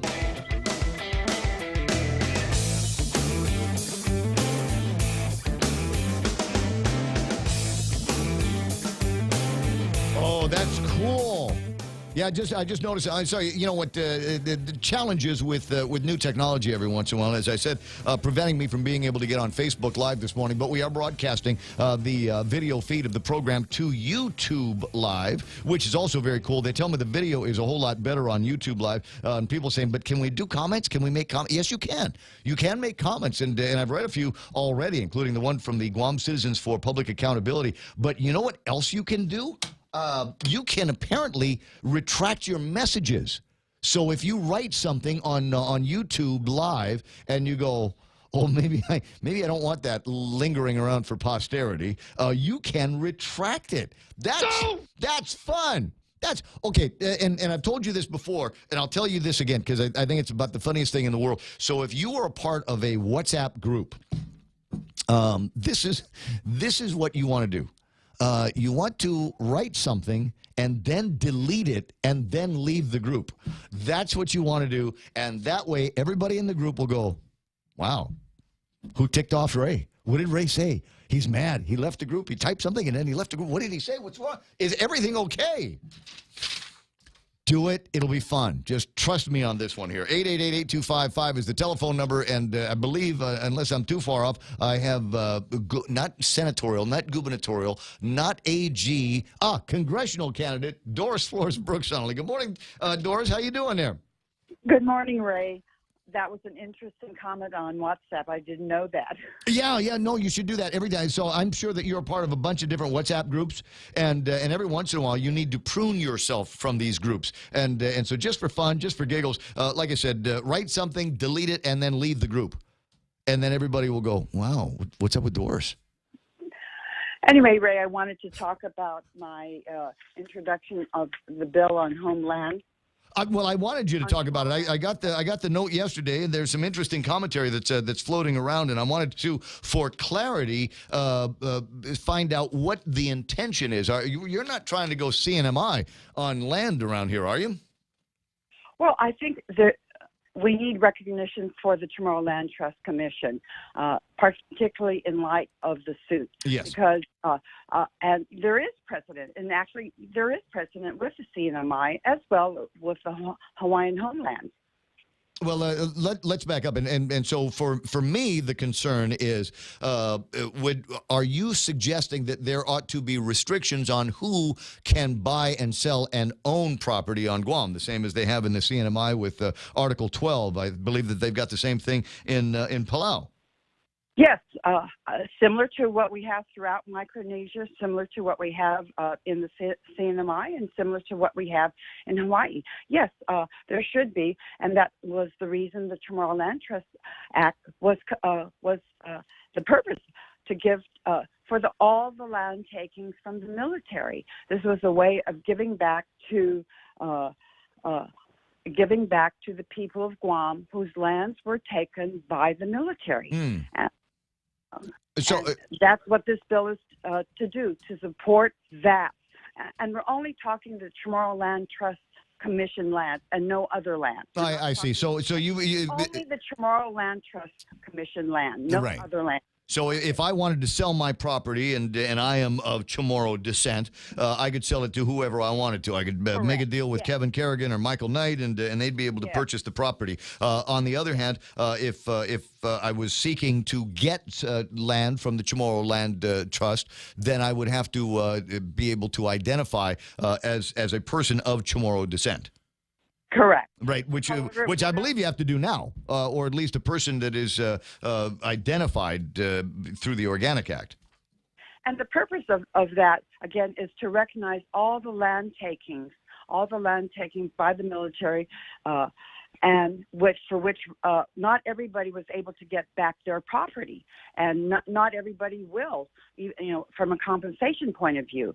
And we want to protect that particular group of people. Has there not been attempts by the federal government of the United States to provide compensation to the families who endured their lands being taken for things like Navy Base and Anderson Air Force Base and Navy Hospital and the Guam International Airport? No, there has not been, other than the return of the lands. No one has really received any form of compensation for that. I'd be interested to find out how some of the people, and we've had the conversation on the air many times. Guys like Benny Crawford who've been fighting for alternatives to land returns because of things like the Guam International Airport and bases that were built on the family properties. It seems to have we've seemed to have created another class of individuals that are, as you point out, are never going to get any kind of compensation and are incapable of getting the land returned to them. Yeah, and our Chamorro culture and values need to be protected, and that's the whole purpose of the legislation that I would introduce. Gotcha.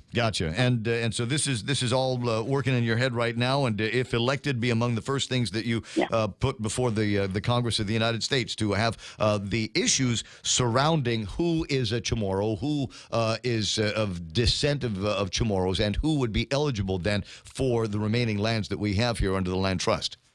It would be similar to what is already identified in the Chamorro Land Trust Act. We want to just keep the consistency of this. And the other thing I want to make a comment on, the tribal designation that my opponent is seeking, really all that would do, again, is consistent with what he wants to do, is give the federal government more administration over GovGuam, and rather than less administration, because under the tribal status, it is the federal government that is going to oversee it, rather than the Chamorro Land Trust Commission. Right. And both Madeline Berdali, as well as Dr. Underwood, have indicated reservations in going through that route. Well, given some of the problems that we've had that have come to light about the Chamorro Land Trust Commission and their apparent inability in the last 25 years to be able to follow their own rules, and now what I believe is going to be a sweeping of all of those which should be voidable leases under the carpet in the coming days, I think maybe there ought to be somebody else that's looking over the Chamorro Land Trust properties. Well, I disagree with you, Ray, on that. That was the act is a good act. Possibly the administration or the process might have been flawed. Well, I'm not saying it was a bad act. I'm certainly not saying it's a bad act. I think I agree with the view that there ought to be properties that are set aside for folks of Chamorro descent who might not otherwise have access to any property. But as I was saying, the Chamorro Land Trust Commission certainly has had its issues in the past and might require a little bit more by way of adult supervision. I mean, you can't disagree with that given the headlines. No, I disagree with you. I don't want the federal government telling the Chamorro Land Trust Commission how to do this. Well, I wasn't necessarily, I wasn't suggesting it would be somebody in the federal government, but maybe somebody other than the group that's been running things recently. Well, again, I think the process might have been flawed a little bit. But I think in general, most people who have received land have deserve it and got it rightfully so. There might be a few, but until there's an audit done to show that many should have been voidable.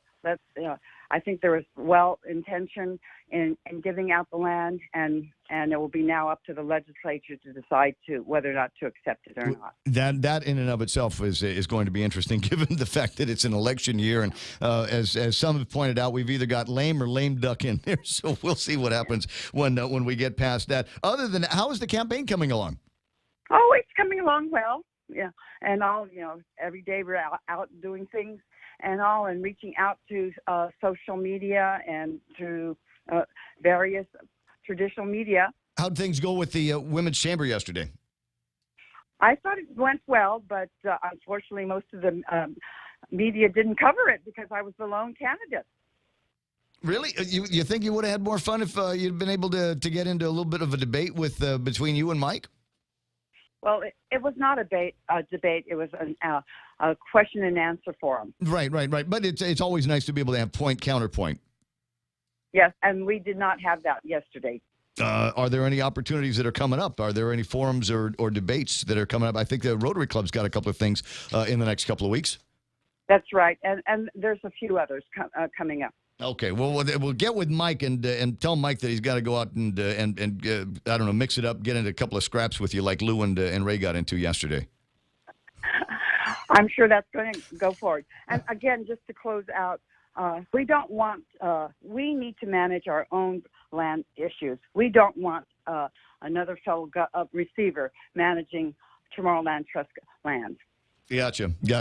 Doris, I appreciate your time and appreciate your view on the issues. Perhaps a little bit of clarity from the federal government and some guidance from them on how these things are supposed to act, so we don't get into constitutional questions and constitutional debates like we're in now, and I think we're going to be getting into in court soon. Well, again, that's the whole purpose of introducing the legislation for the recognition of the Chamorro Land Trust Commission, and its purpose and intent, again, to protect our culture and values. Gotcha. Doris, you have a fantastic weekend. I'll see you out there somewhere. Thank you. Okay, bye-bye. 7:49 in the morning, 888-8255. That's 888-8255 is call-in number. WhatsApp me at 988-5874, 988-5874. One of the WhatsApp comments was, hey, wow, that's a very pink shirt that you're wearing, Ray. And the reason is number one, man enough to be able to pull off pink, and then the other part of it is Breast Cancer Awareness Month. And so you're going to see a whole lot more pink floating around out there. And the other reason is because I think it makes my tan pop. At least that's what the thinking is in my head. So that's why I'm wearing the pink shirt on the YouTube Live here today. And that's all you got to do if you want to watch the show. Go to YouTube, type in under the search bar Ray Gibson, RAYGIBSON, and we'll be more than happy to we'll send you the video link of the program as well as comments. Rico Blancaflores checks in just about every day. Says, found you. Was having talk show withdrawal symptoms for a while there. Well, appreciate the fact that you have searched me out and and have now found me on the Facebook Live. A couple of other notes that we wanted to pass along to you. There, somebody was asking yesterday, what's Troy up to? And I can't remember what the genesis of the conversation was, but somebody had asked, where's Troy and what's he up to? And the truth of the matter is, I don't know exactly what he's up to, but I will tell you that he's working on stuff. A criminal complaint has been filed against Senator Frank Uggan Jr. And Frank's name is coming up a lot today. We had the story on Facebook about Clearing the Record Part 1. Setting the record straight, Part 1. And if you don't have the link, can't wait for Part 2. and you figure if they named it Part 1, there's going to be a Part 2 that they're working on. And I don't know what what the world needs more of, ladies and gentlemen, is 3-minute video pieces on Facebook where there's a whole lot of slow motion video and an annotation that goes on to talk about whatever it is. The takeaway points, though, are this. It is clear that somebody is pushing through on a write-in campaign. That's number one. Number two is they address the concerns that many in the community have about the Unity Pledge. What about the Unity Pledge?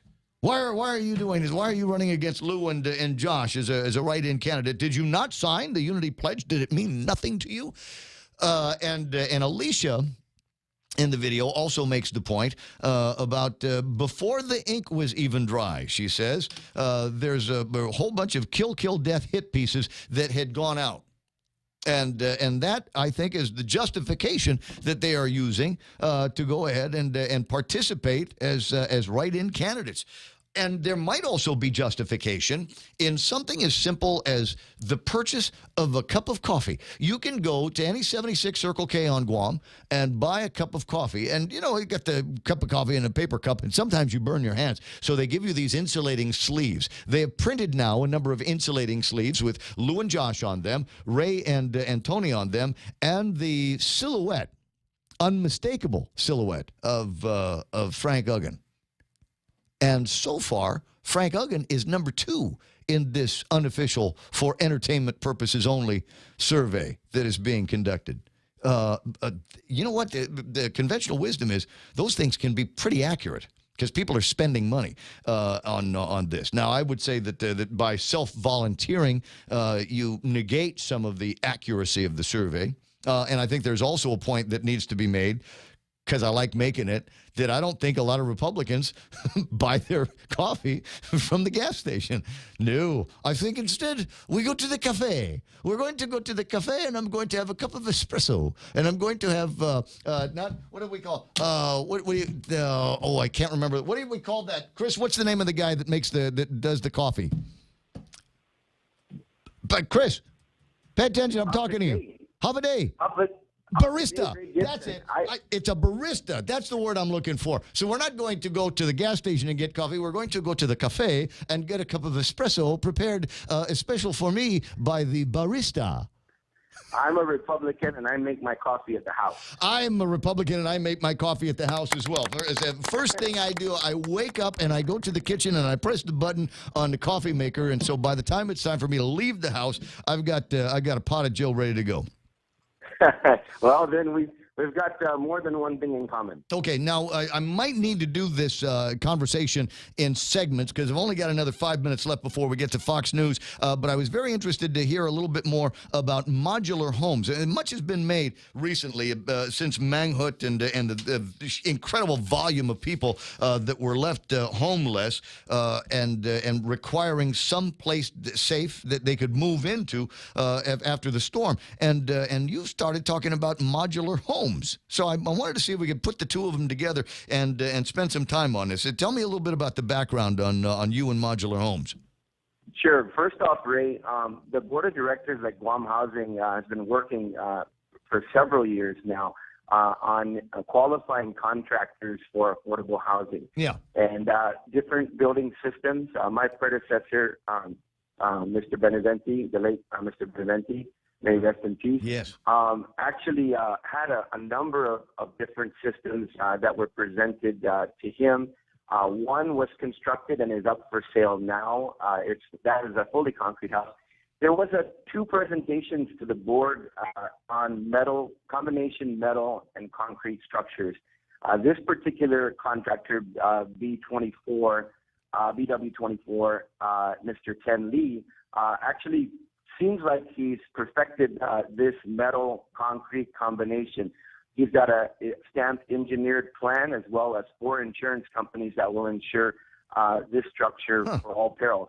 Now, the term modular is, I think the writer used that because we use a comparison of this model of home to compare it to, say, for example, if you were to take a metal container and properly anchor it down and do all the aesthetics and make rooms out of it and make it a livable structure. Mm-hmm. That will cost you really almost near what the smallest unit that this system is constructed, or what the cost would be. So that's more of a comparison. But this is a fully concrete slab with 4 concrete pillars and metal partitions and metal siding. So that's the combination. The system is made out of Korea, and it really is very impressive structure. Really, the roof is concrete as well. There's 4 inches of concrete on the roof, basically, as well as the 3-inch panel also. So basically, you have an 8-inch or about 7-inch roof. It sounds like a bunker. I mean, it's got it sounds like it has all of the hallmarks required for something that can withstand 150, 175 mile an hour wind. It really does. And if I can get insurance, I can get a loan. That's absolutely right. So, like I presented at the Rotary Club, the 980 square foot or thereabouts 4-bedroom home actually goes for about, just under $100,000, $99,000. And so, if you amortize that out over 25 years, 30 years, I mean, really it comes to the point where it's almost like a car payment, Ray. And so, I think it's going to be a system that is definitely going to, fill up. As far as we're concerned at housing, the largest gap right now is not just middle income, but low income. People that are walking in our doors, Ray, they're not in the $350,000 to even $250,000, capability of taking out that type of a mortgage. We're looking at more of anywhere between $80,000 to $150,000, and that's why this system really fits.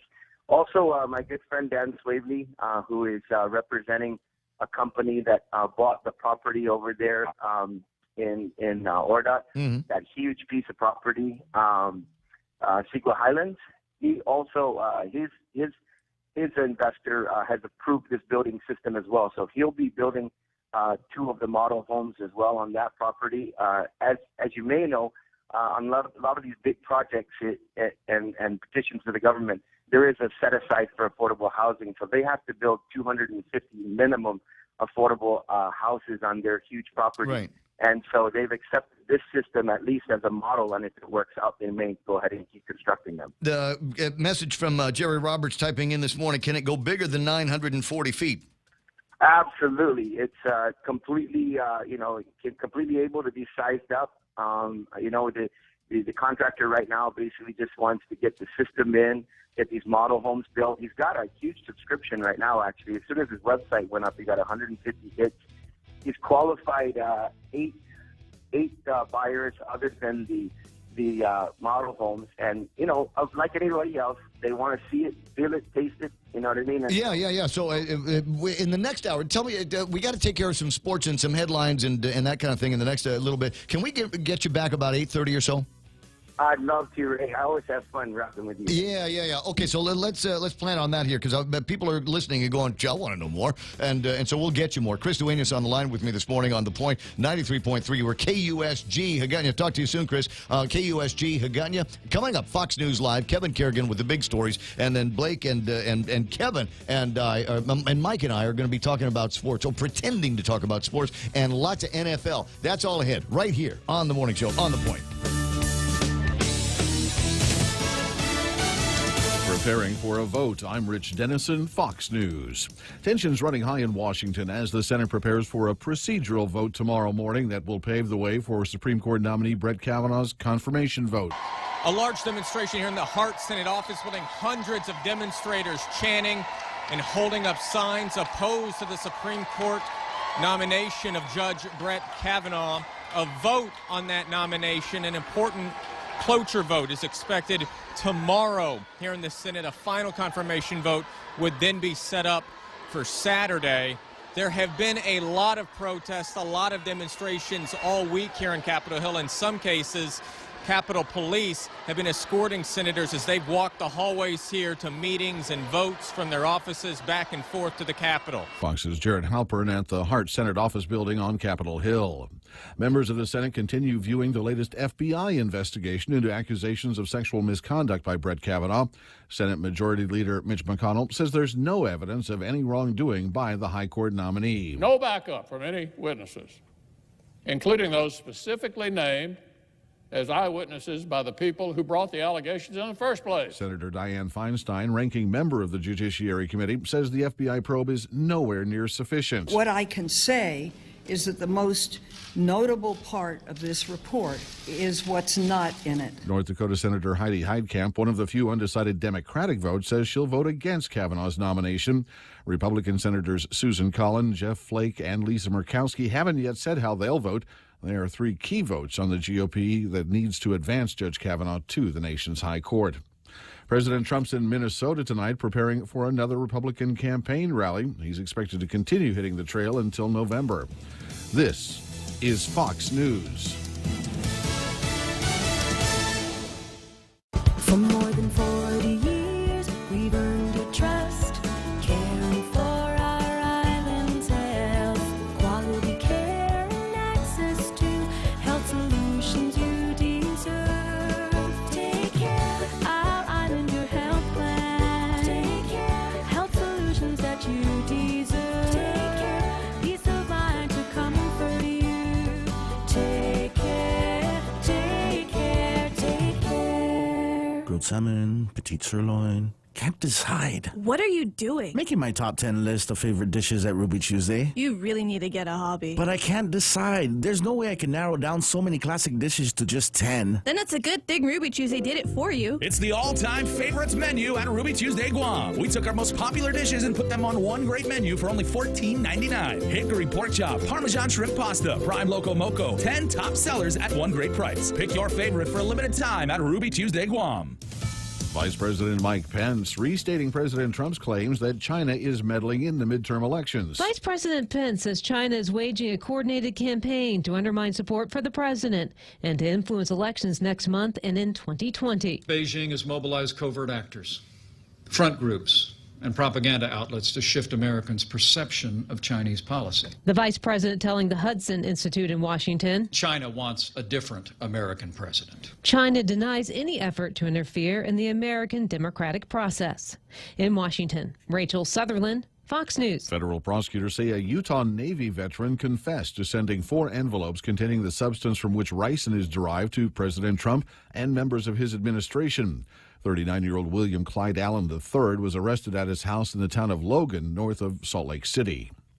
Tourists heading to New Zealand are facing what some say is a grave invasion of privacy. A new law says visitors to New Zealand must give passwords to customs officials so they can unlock electronic devices and examine them or risk a fine of more than $3,000. The updated customs legislation also gives agents authority to copy data found on searched devices. While the New Zealand Customs Service says the traveling public is unlikely to notice much difference, its Council for Civil Liberty says the law gives officials the power to force smartphones to be unlocked without justification and leaves travelers without legal options to challenge the order. Lillian Wu, Fox News. Former rap mogul Marion Suge Knight sentenced to 28 years in prison today for the 2015 death of a man he ran over outside a Compton burger stand. Knight's attorneys had contended he was acting in self-defense, but the co-founder of Death Row Records averted a murder and attempted murder trial through a plea deal. I'm Rich Dennison. This is Fox News. Here Here at APL, our core values give the company its heart and soul. Whether it's connecting your business with our global network through our newly enhanced service or investing our efforts into giving back to the community, APL is committed to serving you. We humbly honor the opportunity to find innovative solutions for you and your business. To learn more about our enhanced service, call 588-4651 or visit www.apl.com/Guam for more details. Guam Regional Medical City. We bring the healthcare advances of the world directly to you. We are an acute care hospital that complements your needs with our robust outpatient specialty clinics. From preventative care to critical care, we strive for consistent excellence at GRMC. Our core philosophy is where patients are partners, which means we work as a team to make a healthier version of you. For more information about GRMC, visit us at grmc.gu. Family Finance, serving the people of Guam since 1959. Now you can start planning for the holidays by getting a personal Christmas loan from $1,000 up to $3,500. Family Finance has 3 convenient locations to serve you. Give them a call in Dededo, 633-4473, Hagåtña, 475-4545, and the Upper Tumon location on the 2nd floor of the Pacific Building at 647-5626. Get your Christmas loans today from Family Finance. Security Title is honored to join in sponsoring Ray Gibson on The Point. My name is Alicia Blas from Agate, and this is where I start my day, listening to the voices of our community and sharing thoughts about issues that affect all of us. It all boils down to our people and our land. Putehi Igomamu. Protect your home. When purchasing or refinancing your home, remember to call the professionals at Security Title, just like you call Ray Gibson in the morning. We're surrounded by sound. There are sounds that you need to hear. There are sounds that you want to hear. And there are sounds that you long to hear. I love you. Hear it all, louder and clearer than ever before. If you or someone you know has a hard time hearing, Guam Hearing Doctors can help, using state-of-the-art test gear to evaluate your hearing and coming up with a plan to make your life better by making your hearing better. Call Guam Hearing Doctors for an appointment or visit them on the web at guamhearingdoctors.com.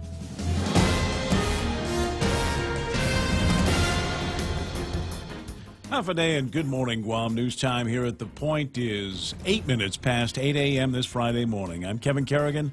Here's a look now at some of the top stories from the Guam Daily Post. The gloves came off during a gubernatorial forum yesterday at the Sheraton, during which the two rivals competing to become the next governor of Guam traded barbs over the economy, conflicts of interest, and their upbringings. The Democratic nominee, Lulian Guerrero, launching the first salvo in response to a question about improving the island's economy. She accused the Calvo Tenorio administration of doubling Guam's debt and managing not to collect taxes to the tune of $200 million. Republican gubernatorial nominee Ray Tenorio called for a fact check, noting, as he has before, that the amount of recoverable taxes is $70 million, not $200 million. Tenorio then turned to Leon Guerrero and suggested she would have an innate conflict of interest if she were to become governor because of her position as board chair of the Bank of Guam, which has benefited from hundreds of millions of dollars in GovGuam funds on deposit in the bank. He asked Leon Guerrero whether she would allow that money to be put in other island banks if she were elected governor, rather than being conflicted by every GovGuam financial transaction. Leon Guerrero responded that the Bank of Guam has provided loans to island families so they can build homes, start businesses, and send their children to school. Then she reminded the audience that it was Tenorio who signed the controversial GovGuam pay raise legislation back in 2014, saying, "I never signed a law that gave me a pay raise. That is a blatant conflict of interest," she said. Meanwhile, the gubernatorial team that finished second in the August primary has posted a new video on their Facebook page suggesting they're about to jump back into the gubernatorial race as write-in candidates. Senator Frank Uggan Jr. and his running mate, former U.S. Attorney Alicia Lim Tiaco, posting a video yesterday titled "Setting the Record Straight Part 1, indicating there's more to come. The message boils down to a defense of their decision not to fulfill the terms of the Democratic Party's unity pledge, and it hints at the possibility they're about to relaunch their campaign without explicitly saying so. Ken Leon Guerrero of Guam Citizens for Public Accountability told the Guam Daily Post that it sounds like they're agreeing to allow us to support them in our write-in campaign. Leon Guerrero and Andre Bainum of Guamanians for Fair Government launched an independent write-in campaign for Uggan Limtiaco last month. The Uggan Limtiaco team has already said they would not stand in the way of the write-in campaign. Senator Uggan has not responded to multiple calls for comment. We'll have more news after this. It's important to have claims process that works for you. At Guahan Insurance Services, we make things simple and convenient. Same door you walk in to purchase your insurance is the same door you open to file your claim. We can't pretend that the car insurance claims process is fun, but we can promise a hassle-free and speedy recovery without any runarounds. For your home, auto, and business insurance, visit us at the Camacho Landmark Center on Marine Corps Drive in Tamuning. Don't forget to like us on Facebook or give us a call at 475-1162 or text 929-SAVE. That's 929-7283.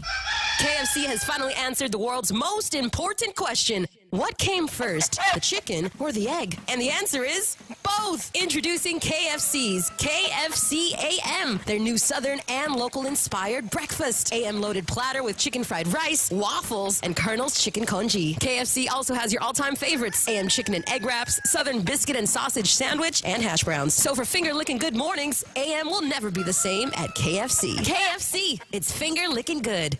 11 minutes past 8 a.m. here at The Point. By a vote of 8-3, Guam lawmakers yesterday approved a measure that would allow qualified patients to grow their own medicinal marijuana under certain conditions. Senators James Espaldon, Talina Nelson, Dennis Rodriguez were the only senators to vote against the bill. Senators Frank Uggan Jr., Mike San Nicolas, and Mary Torres were absent yesterday.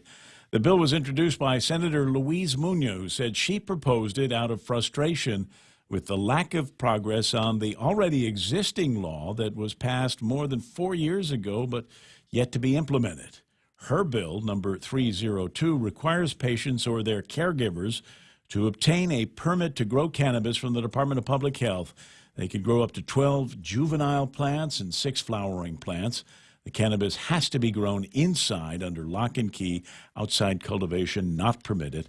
Public health inspectors will be allowed to inspect the plants at the homes, but 24-hour notice must be given before they do that.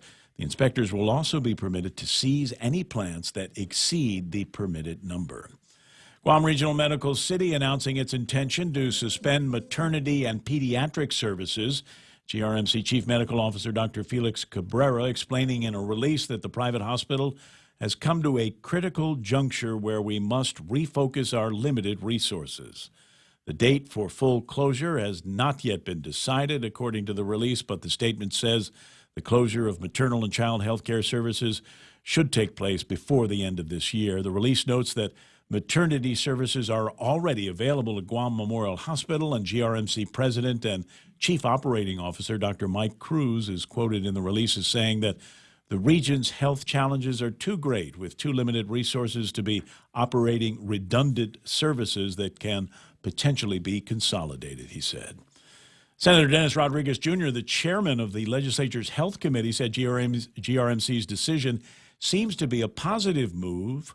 He said each facility should define its own role, with GRMC becoming a specialty hospital and GMH concentrating on basic services like birthing babies. This is maybe a step in that direction, said the senator. It's going to be a win-win for both facilities and, in general, a win for the people of Guam as well. GMH Administrator Peter John Camacho could not be reached for comment.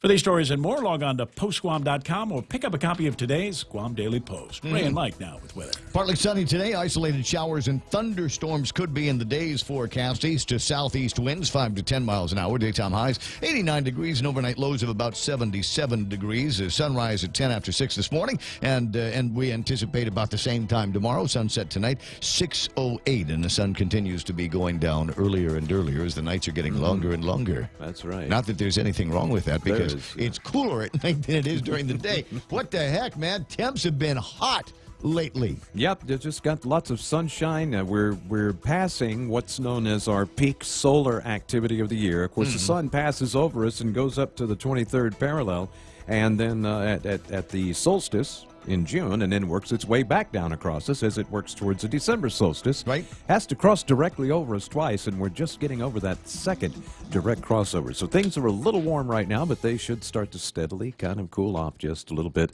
over time, but don't expect any major changes till about December. Well, don't expect any major changes, period, because it's Guam. We've got a very narrow range of temperatures that we manage to live in most of the time. That's true, but last year, then, it was actually nature's way of celebrating the restart of the Ray Gibson Show. We had a couple of really nice mornings when we kicked the show off in February last year. We absolutely did. There was some really, really nice weather. So hopefully we'll get some more of that this year. Let's see what happens. We're going to be talking sports, lots of football to talk about, the pick'ems that are going to be going on this weekend, and some of the games to anticipate, and maybe some of the upsets that we might be able to look forward to, considering what a weird and wacky 4 weeks it's already been for this season of the NFL. 8:15, that's coming up here in the program. There's news and weather together right here on The Point. Are high power bills sending your budget into chaos?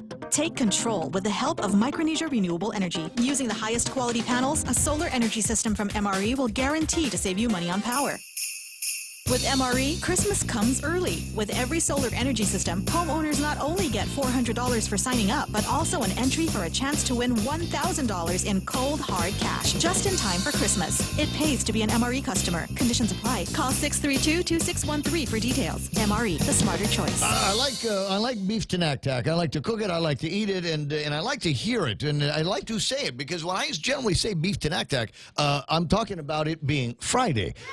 That's how we launch the weekend, kids, is a trip to the one they've got in Harmon or the one they got in Tamuning, and order up some beef tenactac. That's the big Friday special for lunch, waiting for you at King's. One of the longest-running primary care clinics on Guam, the FHP Health Center, has been your convenient one-stop healthcare clinic for you and your family for many generations. FHP's highly trained and well-known medical, dental, and vision providers and their friendly clinical support team are here, ready to take care of you. In addition to the excellent care, FHP offers a full-service pharmacy, laboratory, radiology, and specialty care center in one location. FHP Health Center, our island, your clinic. Most insurance accepted, including Netcare, Aetna, and TRICARE. All right, watch, kids, as I ad-lib my way through the sponsor announcements for the Ray Gibson Show. There are so many of them, and they all want me to say something clever about their businesses. Well, I'll see what I can do here. Portions of the program brought to you by American President Lines. They're shipping the future.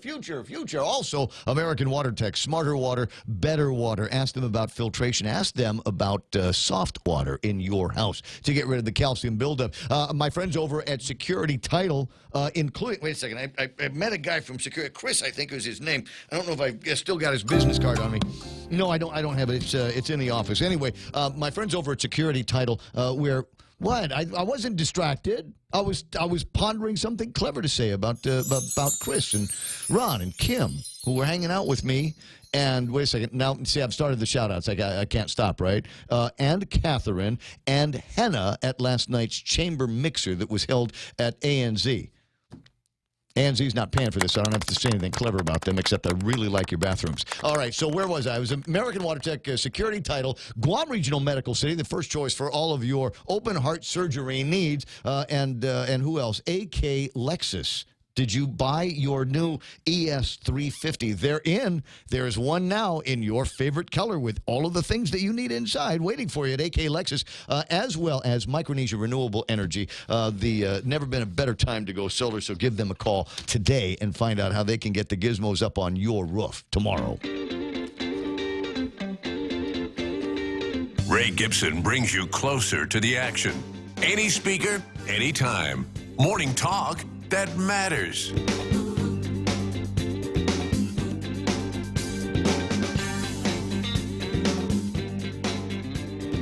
Yeah, we're talking about here. I got a note from my buddy Dennis J. Santo Tomas, who says tomorrow going to be a very, very big day.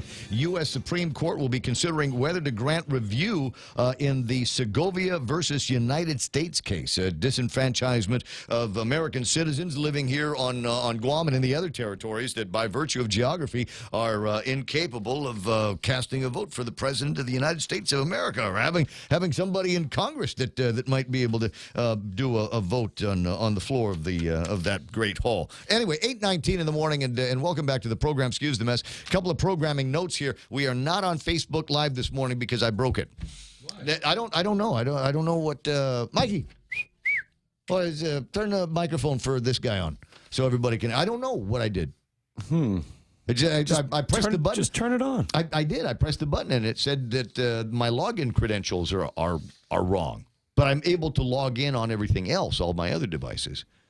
Sounds like meddling to me. Yeah, yes, there's meddling kids.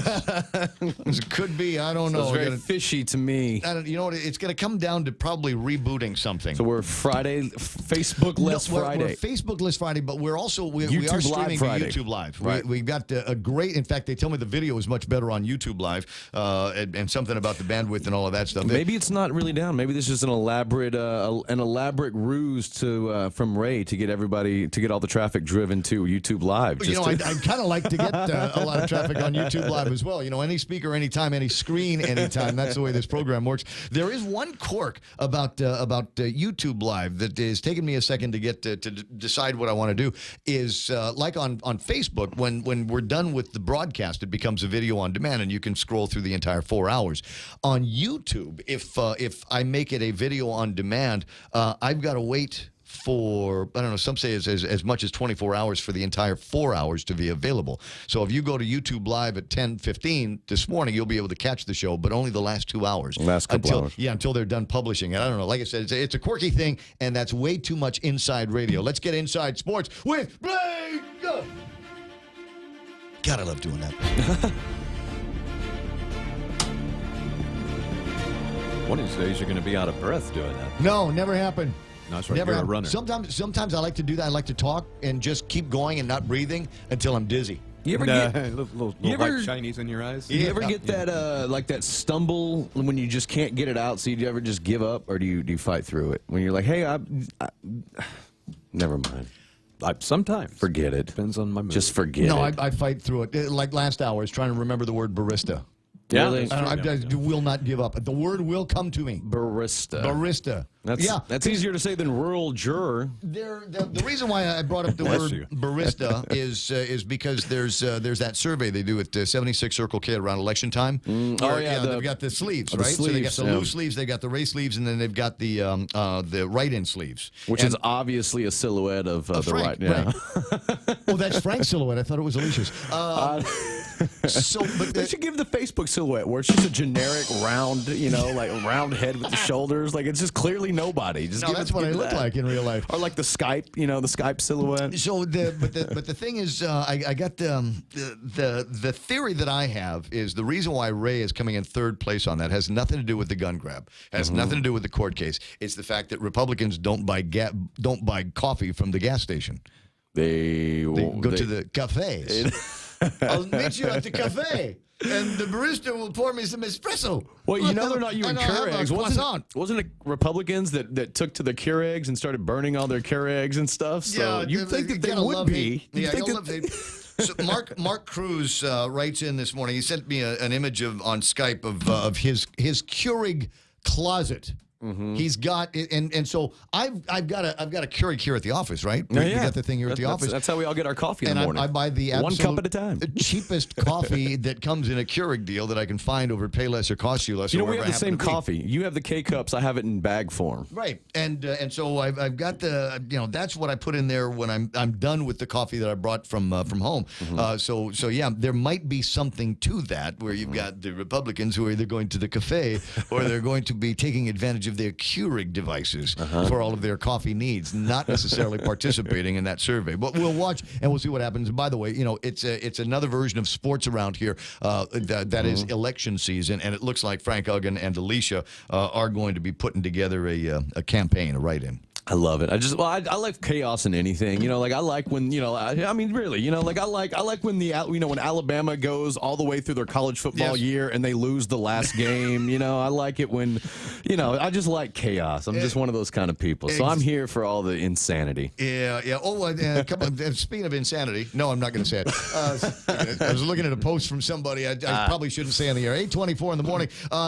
We've got a lot of football that we've got to get through. So let's sexy this thing up and keep it going as crispy at a crisp pace. And we will. But before we get in this, I just want to give a disclaimer to everybody in case you are having like me, like last week. I thought I was doing well in the standings on our pick'ems. I am not because I didn't play. You're all welcome. I didn't play last week, apparently. Oh. I didn't save my picks. I was wondering why that was looking like that. So yeah, if you that saw me, like if you go to my week 4, I didn't pick anything, even though I did. I guess I picked it all, and I didn't actually hit save. I hate when that happens. I think what happened is I picked my winners, and I didn't go and add the confidence points. Oh, okay. You know, I was gonna So, go yeah. back and do it later, and then I just never went back, and so it just erased it It all. will so. give you a point for each correct pick when you do that, but it Right. won't give you the bonus of the confidence points. Well, I'm good now. I set them all before I even got in this morning. So Right, whenever you're right. ready, I'm ready. Okay, well, let's talk a little bit about the Pro Football Pick'em standings right now. DeRocca leads everybody 340 points. That's a pretty significant lead.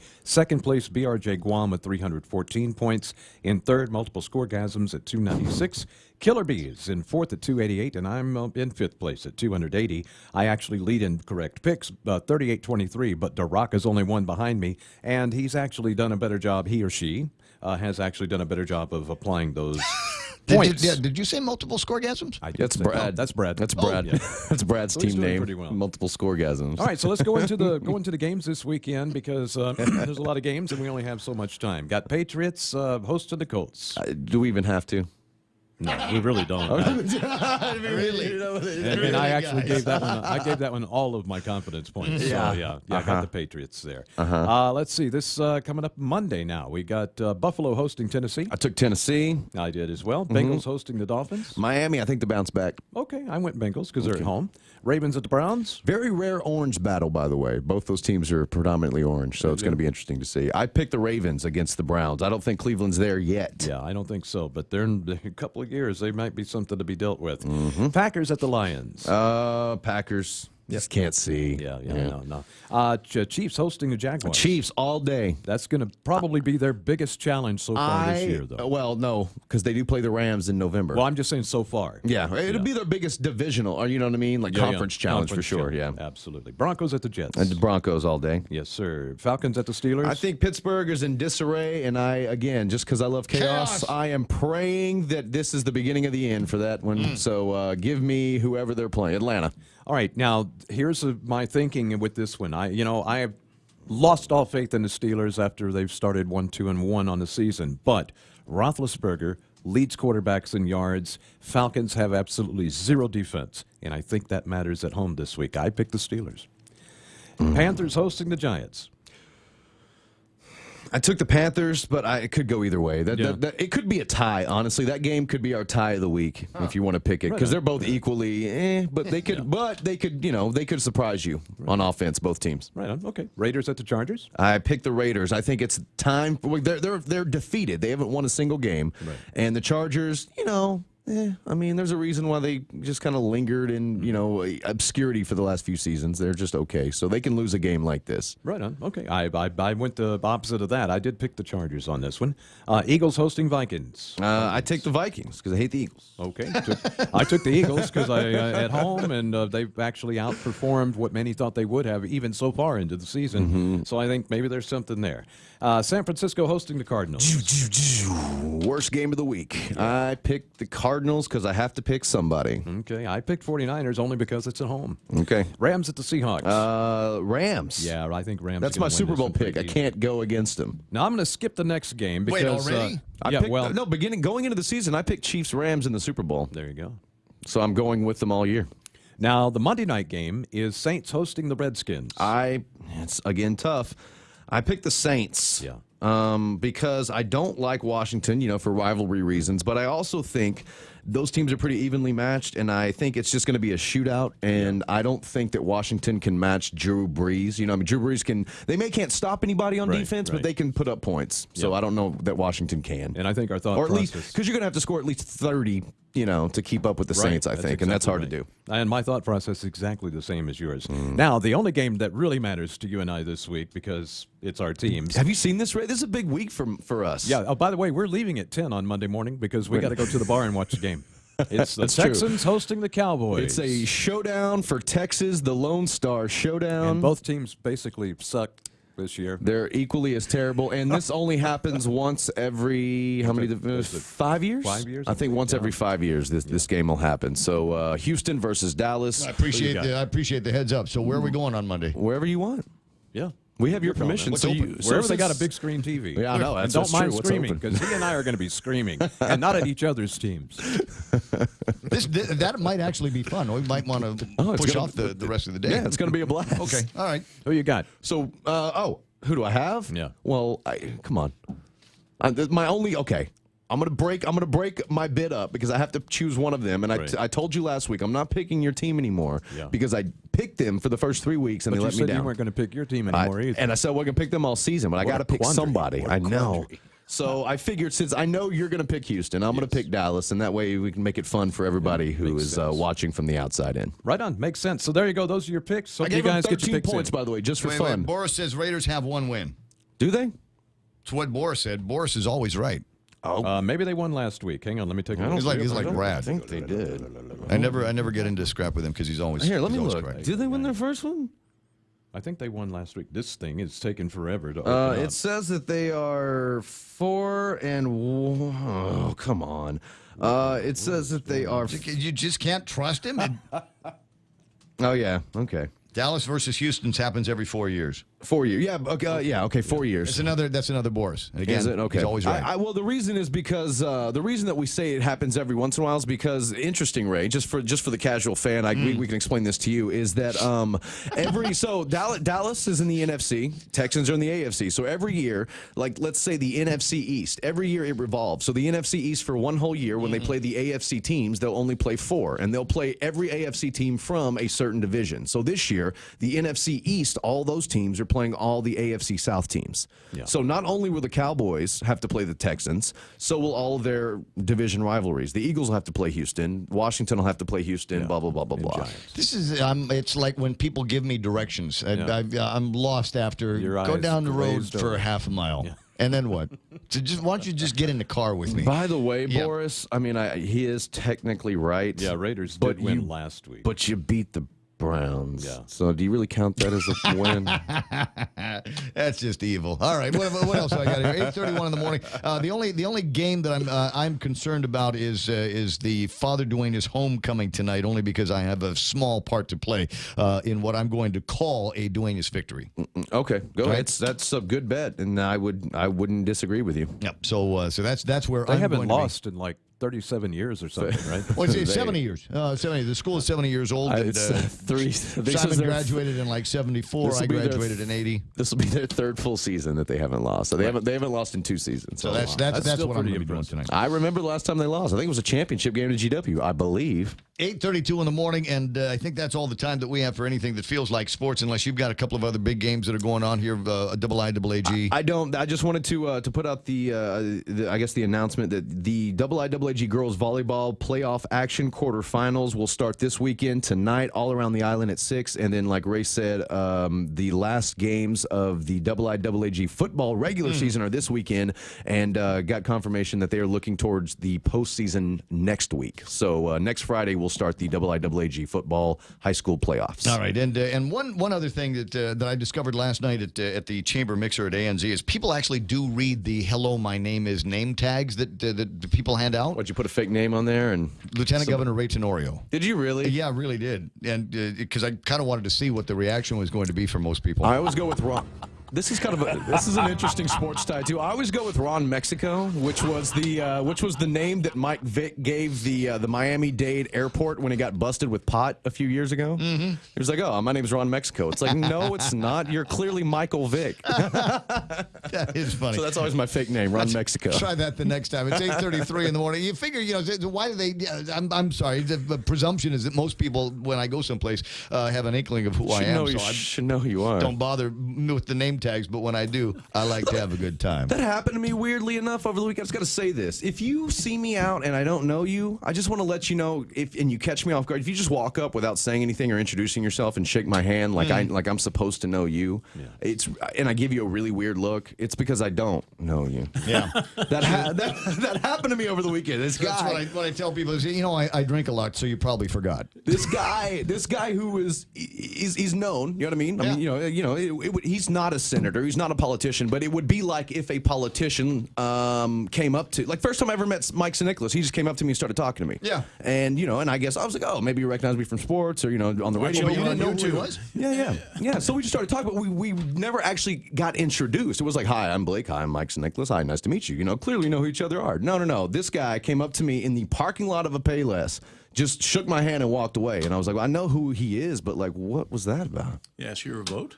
No, he wasn't a politician. Like I said, it was a regular guy. Yeah, it was a regular guy. Anyway, so have fun with that the next time somebody hands you a thing that says, hello, my name is. Put down a fake name, mess around with your name, Ron Mexico, Lieutenant Governor Ray Tenorio. They all work, and people will actually look at those. Another name that we got to do here is I got to get some news with Kevin Kerrigan. That's going to be coming up after these. UFC 229 on Sunday, October 7th. The notorious Conor McGregor returns to retake the UFC lightweight title from unbeaten champion Khabib Nurmagomedov in the main event of UFC 229.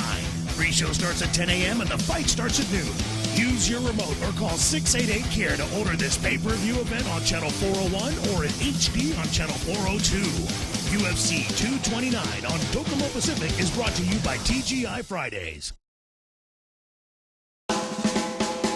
Always come up with some kind of a sign. It's 8:35 in the morning, and the sign I'm talking about is from time to time, and this happens more often than you think, is somebody will come up to me and we'll begin to talk, and I will realize about 2 seconds in I have no idea who I'm talking to. And the agreement that I have with virtually every woman that I have ever been with in my life is at some point, and I won't tell you what it is because this might actually happen to us, is I will make a sign to her, which will indicate to her that I don't know who I'm talking to, and please introduce herself to the person that I don't know who I'm talking to.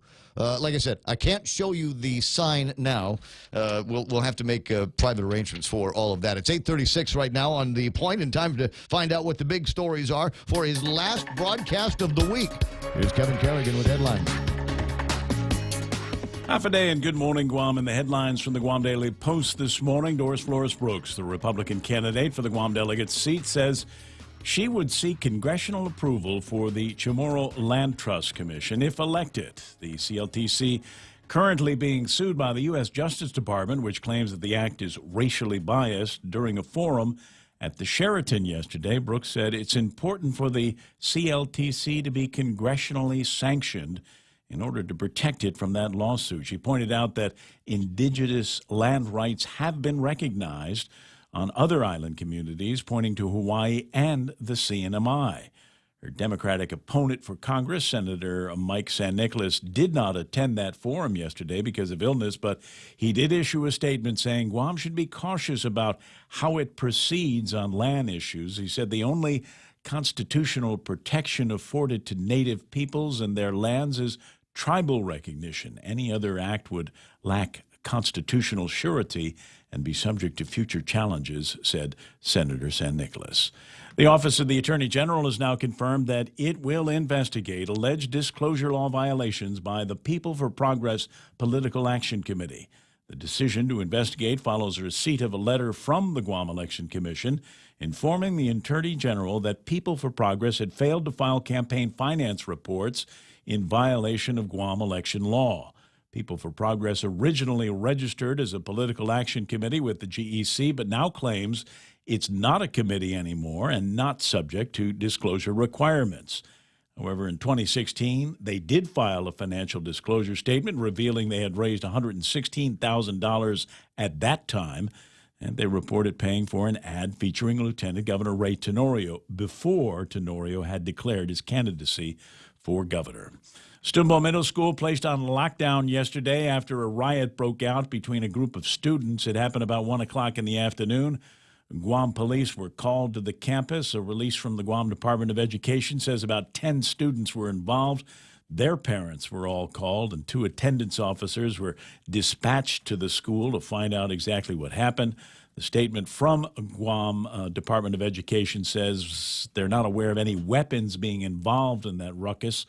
It's not clear whether any of the students were injured. For these stories and more, log on to postguam.com or pick up a copy of today's Guam Daily Post. Yeah, that's a good idea. 20 away from 9 o'clock in the morning, and you need to call 888-8888 and find out about why iConnect is the practical choice. I don't think you ought to be paying any more than you absolutely have to on things like push-to-talk and mobile and internet plans. So, again, 888-8888, and they'll pick up the phone and say, off a day, iConnect. Taste the sizzle at Chili's with our new fajita flavors. Our signature fajitas are served with sliced bell peppers, caramelized onions, topped with chipotle garlic butter, and chopped cilantro. Build your fajita with over 16 ounces of tender grilled chicken, juicy steak, and a dozen pieces of seasoned grilled shrimp in the family fajita trio. All served with warm flour tortillas and fresh toppings like mixed cheese, guacamole, salsa, and pico de gallo. Experience bold, sizzling fajita flavors only at Chili's. More life happens here. Hot pastrami. That's what you're going to find when you go to the nearest Subway location. They got 14 of them around town, and you can go in and get virtually any sandwich you want to because they have all of the fixings. But the important thing to remember is that for a limited time, they've got hot pastrami sandwiches, pastrami-style meat. Stick it on whatever bread you like. Put it your favorite condiments and toppings on that, and then go away a very, very happy customer. So find out more about that by swinging by the nearest Subway.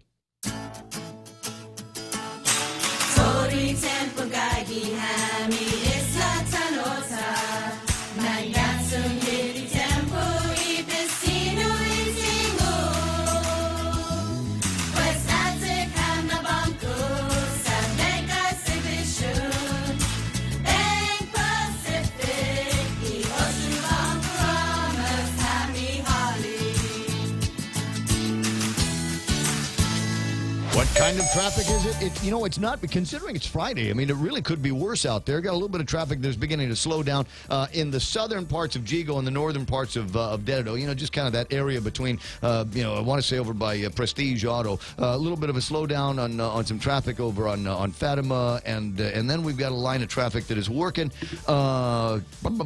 in between the, where is that? This Dead Man's Curve?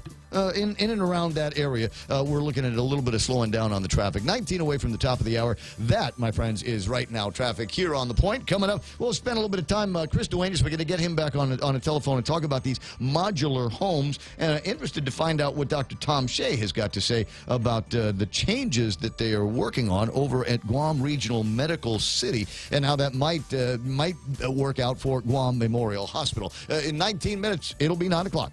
Please stay tuned for an important message from KFC's Colonel Sanders. Howdy! I'm back with something new for the people of Guam. KFC's new pickle fried chicken. A different KFC fried chicken experience. Straight from the States. Get a 9-piece family meal with 3 live sides and 4 biscuits. Or try our pickle crispy strips with 2 regular sides in a $5 box. Hurry to KFC today and try the new KFC pickle fried chicken. KFC, it's finger-licking good.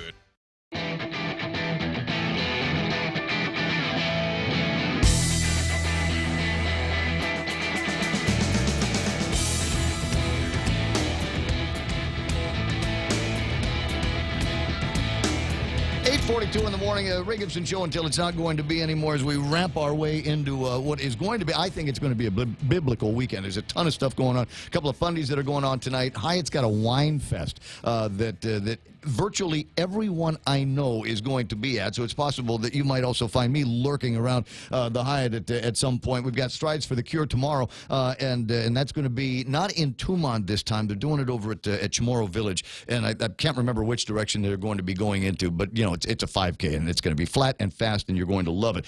So we got that going on, and fire prevention. Week, month, day, year. What Pascual Robles in the studio this morning, and so tell me a little bit about the fire prevention deal that we've got.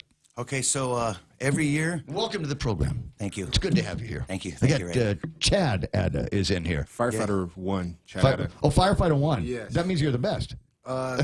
Strive to be the best. Striving to be the best. And Cam Pareda. From Guam Fire as well. Great to have all of you in the studio, and thrilled to talk about and to help out because I'm nuts about first responders. So whatever I can do for the fire department, the answer is always going to be yes. So what you got coming up? So next week is Fire Prevention Week. So every year on the week of during the week of October 9th, we have a Fire Prevention Week to get the word out to the public about fire safety, and also to commemorate the Great Chicago Fire of 1871, which happened on. I didn't do that. It happened on October 8th, in the evening of October 8th, and it burned all the way through to October 10th, and that was in 1871.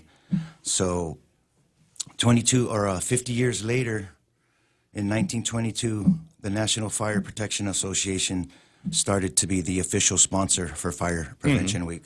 And then a few years later, in 1925, President Calvin Coolidge proclaimed it as a national day or week of observance. And so since then, it's been the longest running public health observance in our nation. That is interesting. I mean, I like the history behind all of this. And you think about the way things were over 100 years ago. I mean, if there was a fire in a building sufficient, it could spread like a cold in the family. And before you knew it, an entire section of the city. In fact, many cities, Chicago, Seattle, among them, San Francisco, are built on the ruins, basically, of buildings that had either crumbled in an earthquake or got devoured by fire. So that was a big fire. They 3.3 square miles burned in that fire, and I apologize to the public because yesterday on the Albert Wan interview I said 3.3 million square miles, and then I thought about it and I was like, I must have misread something. So it was 3.3 square miles. Big fire. Yeah. What are the records for fires on Guam? Tell me about some of the fires that you have fought in your life. House fires, kitchen fires.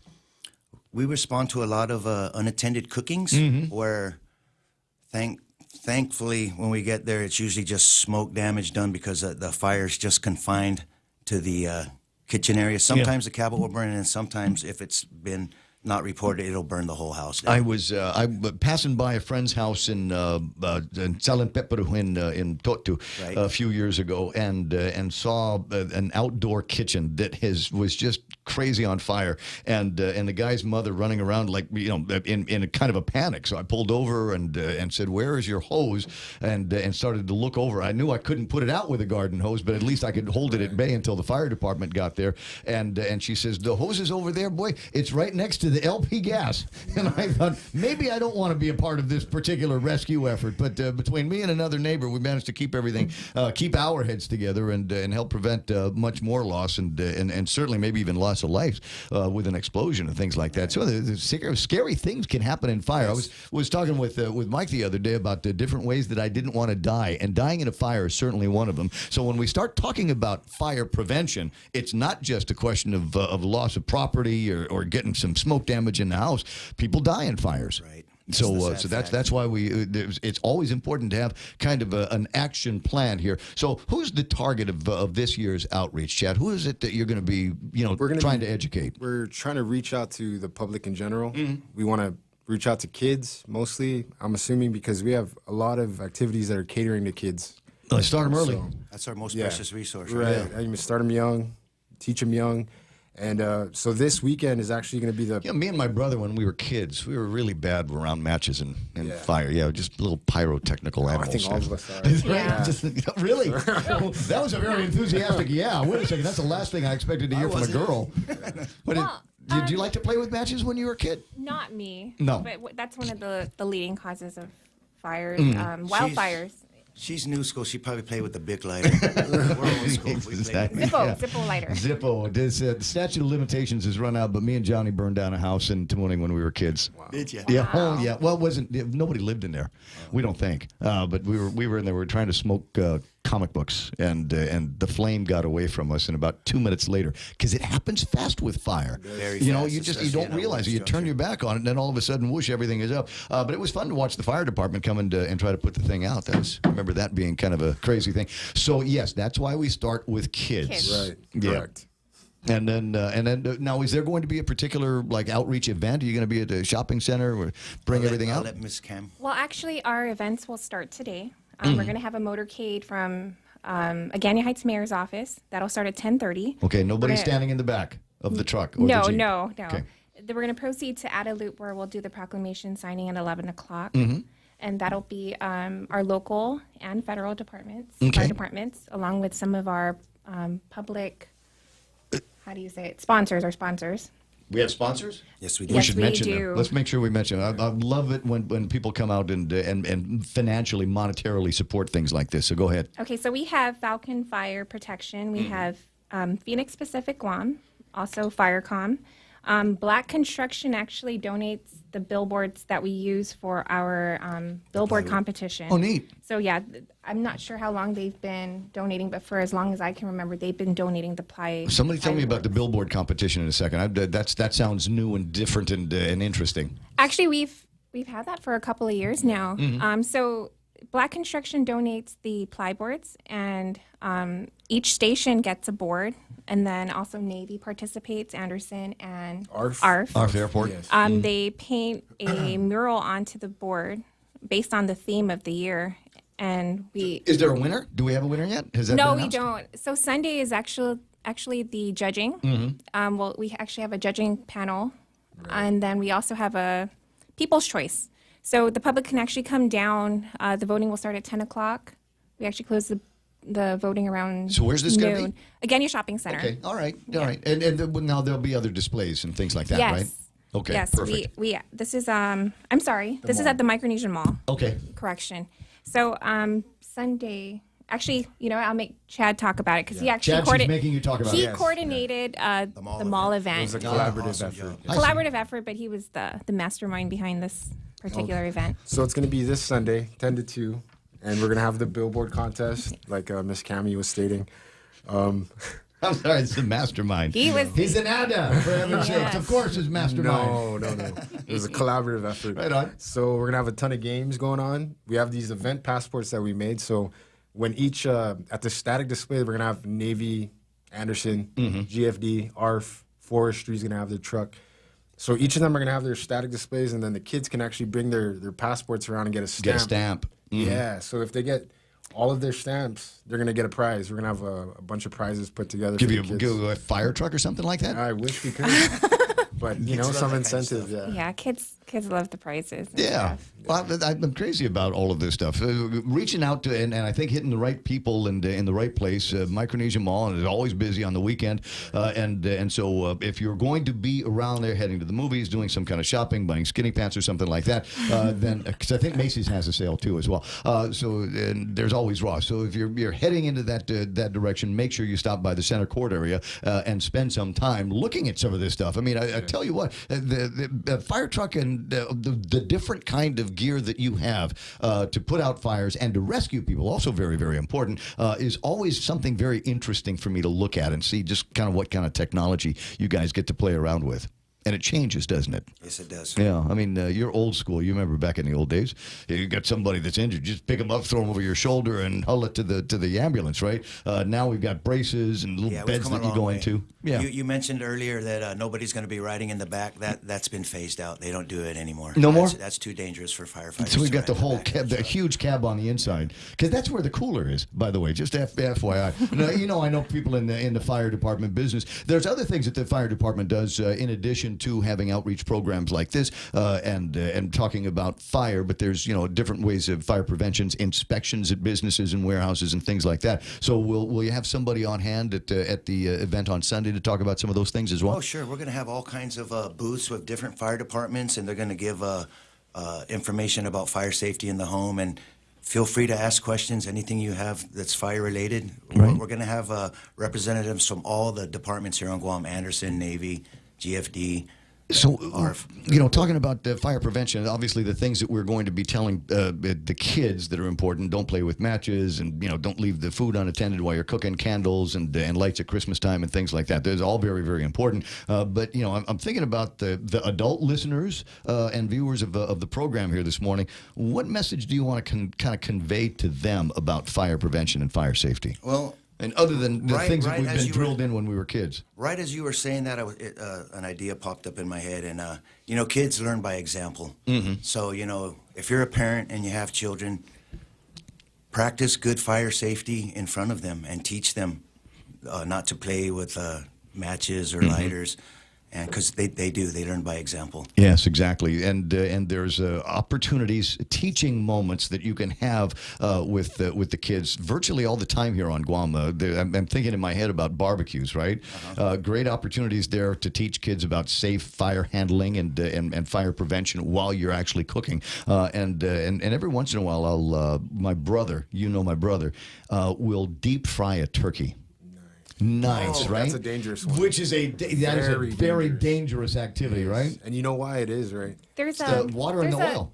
No, when they throw it in frozen. It's called Believe, I believe. Levy. But yeah, BL. Boiling liquid. Actually, I have to. I learned that 2 days ago. Really? Yes, my boyfriend actually is the safety manager up at Joint Region, and he was putting his slides together.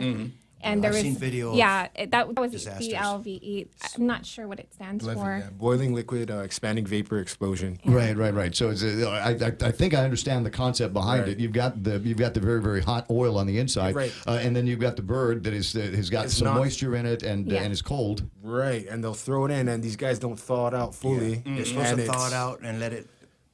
That's an not be explosion. so cold. It's a disaster. Let It the is water drain out. Yeah, it's an absolute disaster, and there's some very, very cool videos floating around on YouTube. Yes, I watch saw some of that one. Yeah, and it will literally blow your mind when you watch that kind of thing. One of the other things that I've found to be kind of from a pyromaniac perspective, kind of exciting is watching Christmas trees go up. It's amazing how quickly they will catch, and then you've got a big bright flame because I guess a lot of oils and fuel inside the in the tree. Those pine trees, yeah, they'll burn even green.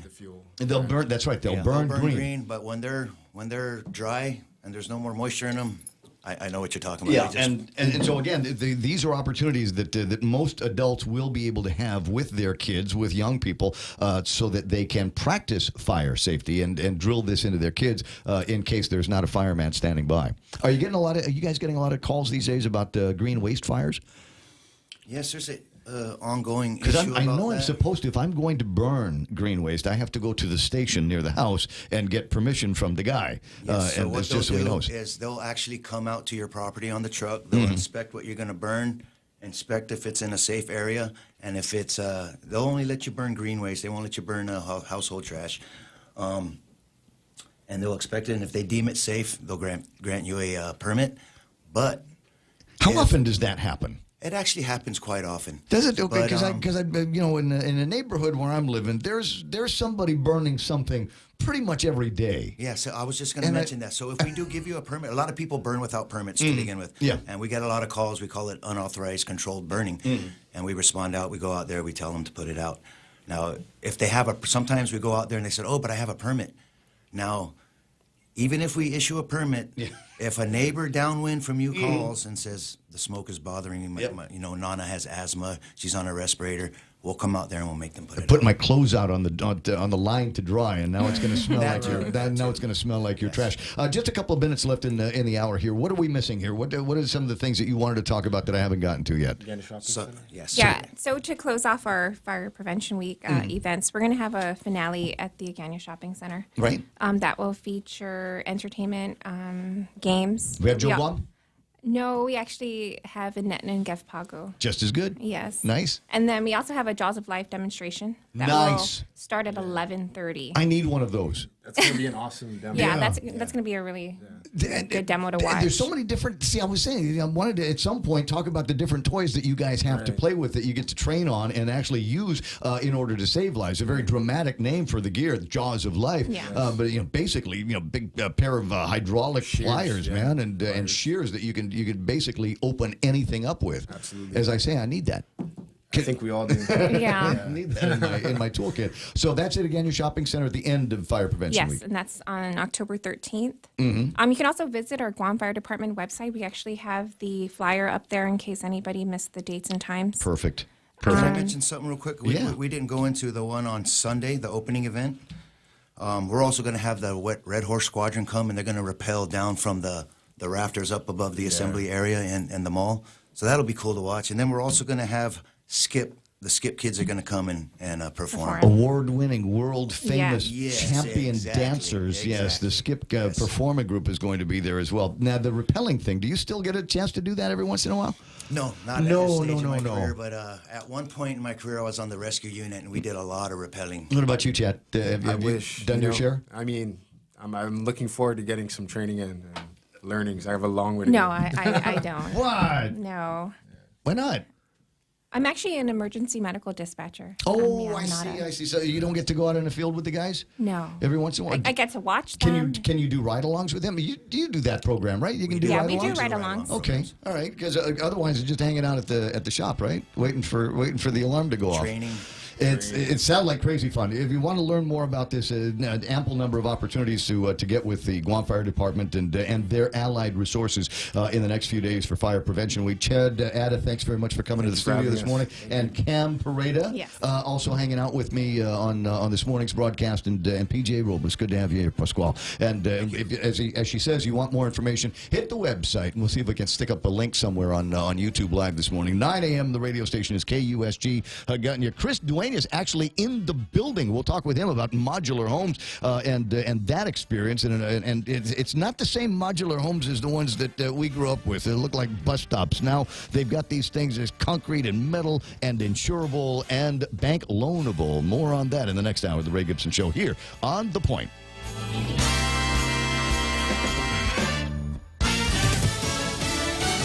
A battle over a high court seat. I'm Rich Dennison, Fox News. Protesters filled the Hart Senate offices today and Supreme Court building, demonstrating against and for Supreme Court nominee Brett Kavanaugh. The Senate is preparing for a procedural vote tomorrow morning on Kavanaugh's nomination. That would set up a final confirmation vote for sometime Saturday. In advance of the vote, senators have been filing through a secure facility in the Capitol, reviewing the latest FBI report into allegations of sexual misconduct against Judge Kavanaugh brought by several women. Senate Judiciary Chair Chuck Grassley expressing optimism Kavanaugh will be seated as a Supreme Court justice. I feel very good about where this nomination is right now. Now, I don't say that from the standpoint of counting votes. I say that from the standpoint of the qualifications of this candidate. Senate Democratic leader Chuck Schumer still unconvinced Kavanaugh should be confirmed. I disagree with Senator Grassley's statement that there was no hint of misconduct. Several Republicans are still undecided, raising questions whether Senate leadership has yet pulled together enough support for the president's pick for the high court. President Trump was asked by reporters in Minnesota how the judge's confirmation was going. I think he's doing very well. I think he's doing very well. The judge is doing well. The president is holding another campaign rally tonight in Rochester, Minnesota for Republican candidates. The president's expected to continue holding several rallies each week until the November midterms. The Mormon Church is backing a deal that would legalize medical marijuana in conservative Utah after months of debate. The church is joining lawmakers, Governor Gary Herbert, and advocates in a deal today to push medical marijuana and legislation forward, even if a November ballot initiative fails. This is Fox News. Calvo started with a simple handshake. As we celebrate 80 years, we extend a hand to all of you who have taken our hand in trust, to the dreamers and realists, the families, the businesses, the young at heart, and the old souls, our manumku and our children. From all of us to all of you, our deepest, happiest, and infinite thanks. 80 years here for you. 80 years thanks to you. Calvo's Insurance, a legacy of trust. Grilled salmon, petite sirloin. Can't decide. What are you doing? Making my top 10 list of favorite dishes at Ruby Tuesday. You really need to get a hobby. But I can't decide. There's no way I can narrow down so many classic dishes to just 10. Then it's a good thing Ruby Tuesday did it for you. It's the all-time favorites menu at Ruby Tuesday Guam. We took our most popular dishes and put them on one great menu for only $14.99. Hickory pork chop, Parmesan shrimp pasta, prime loco moco. 10 top sellers at one great price. Pick your favorite for a limited time at Ruby Tuesday Guam. Best opinion.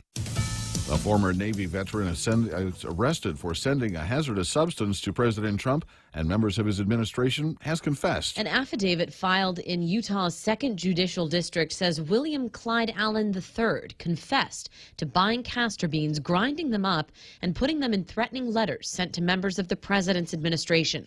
Allen was arrested Wednesday at his home in Logan, north of Salt Lake City, and is being held in the Davis County Jail. The poison ricin comes from castor beans and swallowing castor beans themselves can cause injury. The letters were sent last week to the president, FBI Director Christopher Wray, Defense Secretary James Mattis, and top Navy officer Admiral John Richardson. All of the letters were intercepted. The one sent to the president was stopped before even reaching the White House.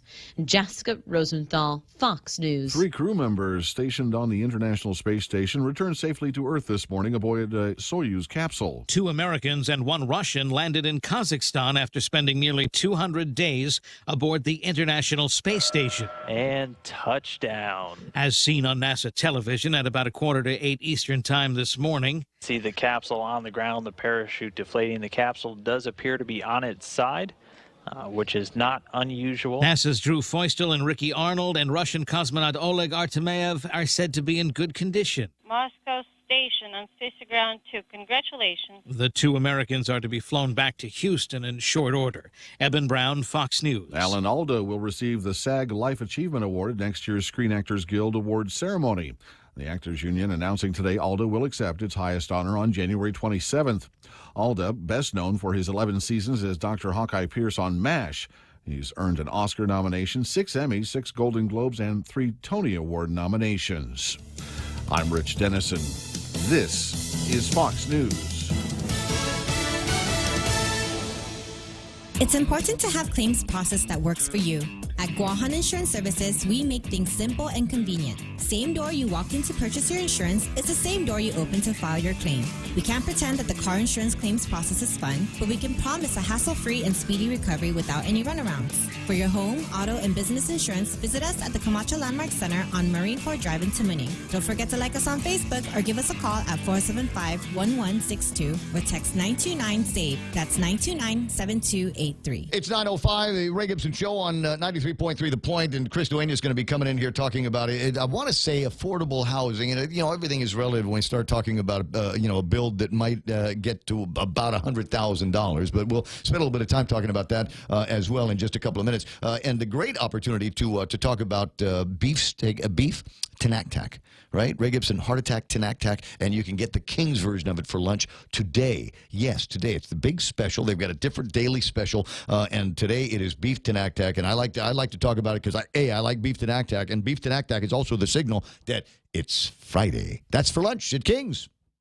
The first ever of anything is always special. That's why we're excited about the first ever 2018 Nissan Kicks. The Kicks kicks things up with best-in-class MPG, standard safety technology with automatic emergency braking system, and best-in-class cargo space to meet any lifestyle. Upgrades kicks things up with Apple CarPlay, Android Auto, and Bose driver headrest speakers. Over 1.4 million colorful options means your Kicks can be a first ever of its kind. The Kicks starts at under $20,000. Visit Nissan Guam for a test drive today. Nissan, innovation that excites. A whole gaggle of advertisers sponsor the Ray Gibson Show, so I like to, as often as I can, say nice things about them. Guam Regional Medical City, first choice for all of your open heart surgery needs. And we've got MRE, Micronesia Renewable Energy. Get some solar off that roof of yours and turn it into electricity with these guys. APL, American President Lines, they're shipping the future, and American Water Tech, smarter water, better water. The Westin Resort Guam is excited to announce the return of Hansik at Taste. Experience the elegance of Korean cuisine throughout the years, infused with a modern Chinese twist. Their guest chefs from Korea will take you on an extraordinary culinary voyage. $36 for adults and $18 for children 6 to 11. From October 8th to the 13th. Come and enjoy the taste of Hansik Korean lunch buffet from 11:30 to 2:30 at Taste. Call the Westin Guam Resort for reservations at 647-1020. Cold Stone Creamery invites you to try a couple of new flavors they've got there. Banana bread battered ice cream.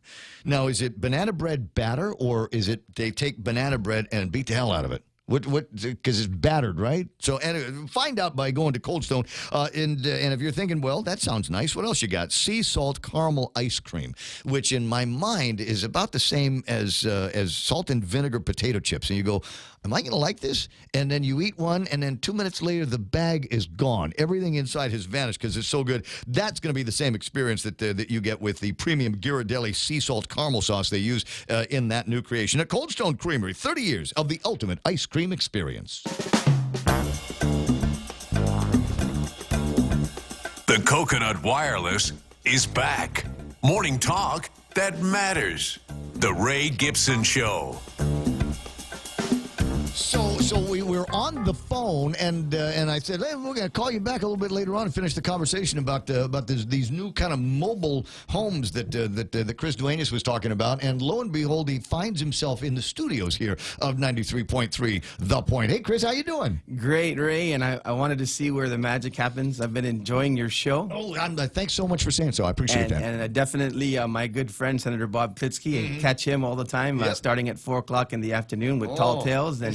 And listen along with the international radio audience. His large international group that follows him, the Tall Tales, very passionate listeners and callers. Well, I hope you like the studio. I do. Thanks for letting me in. No problem. No problem.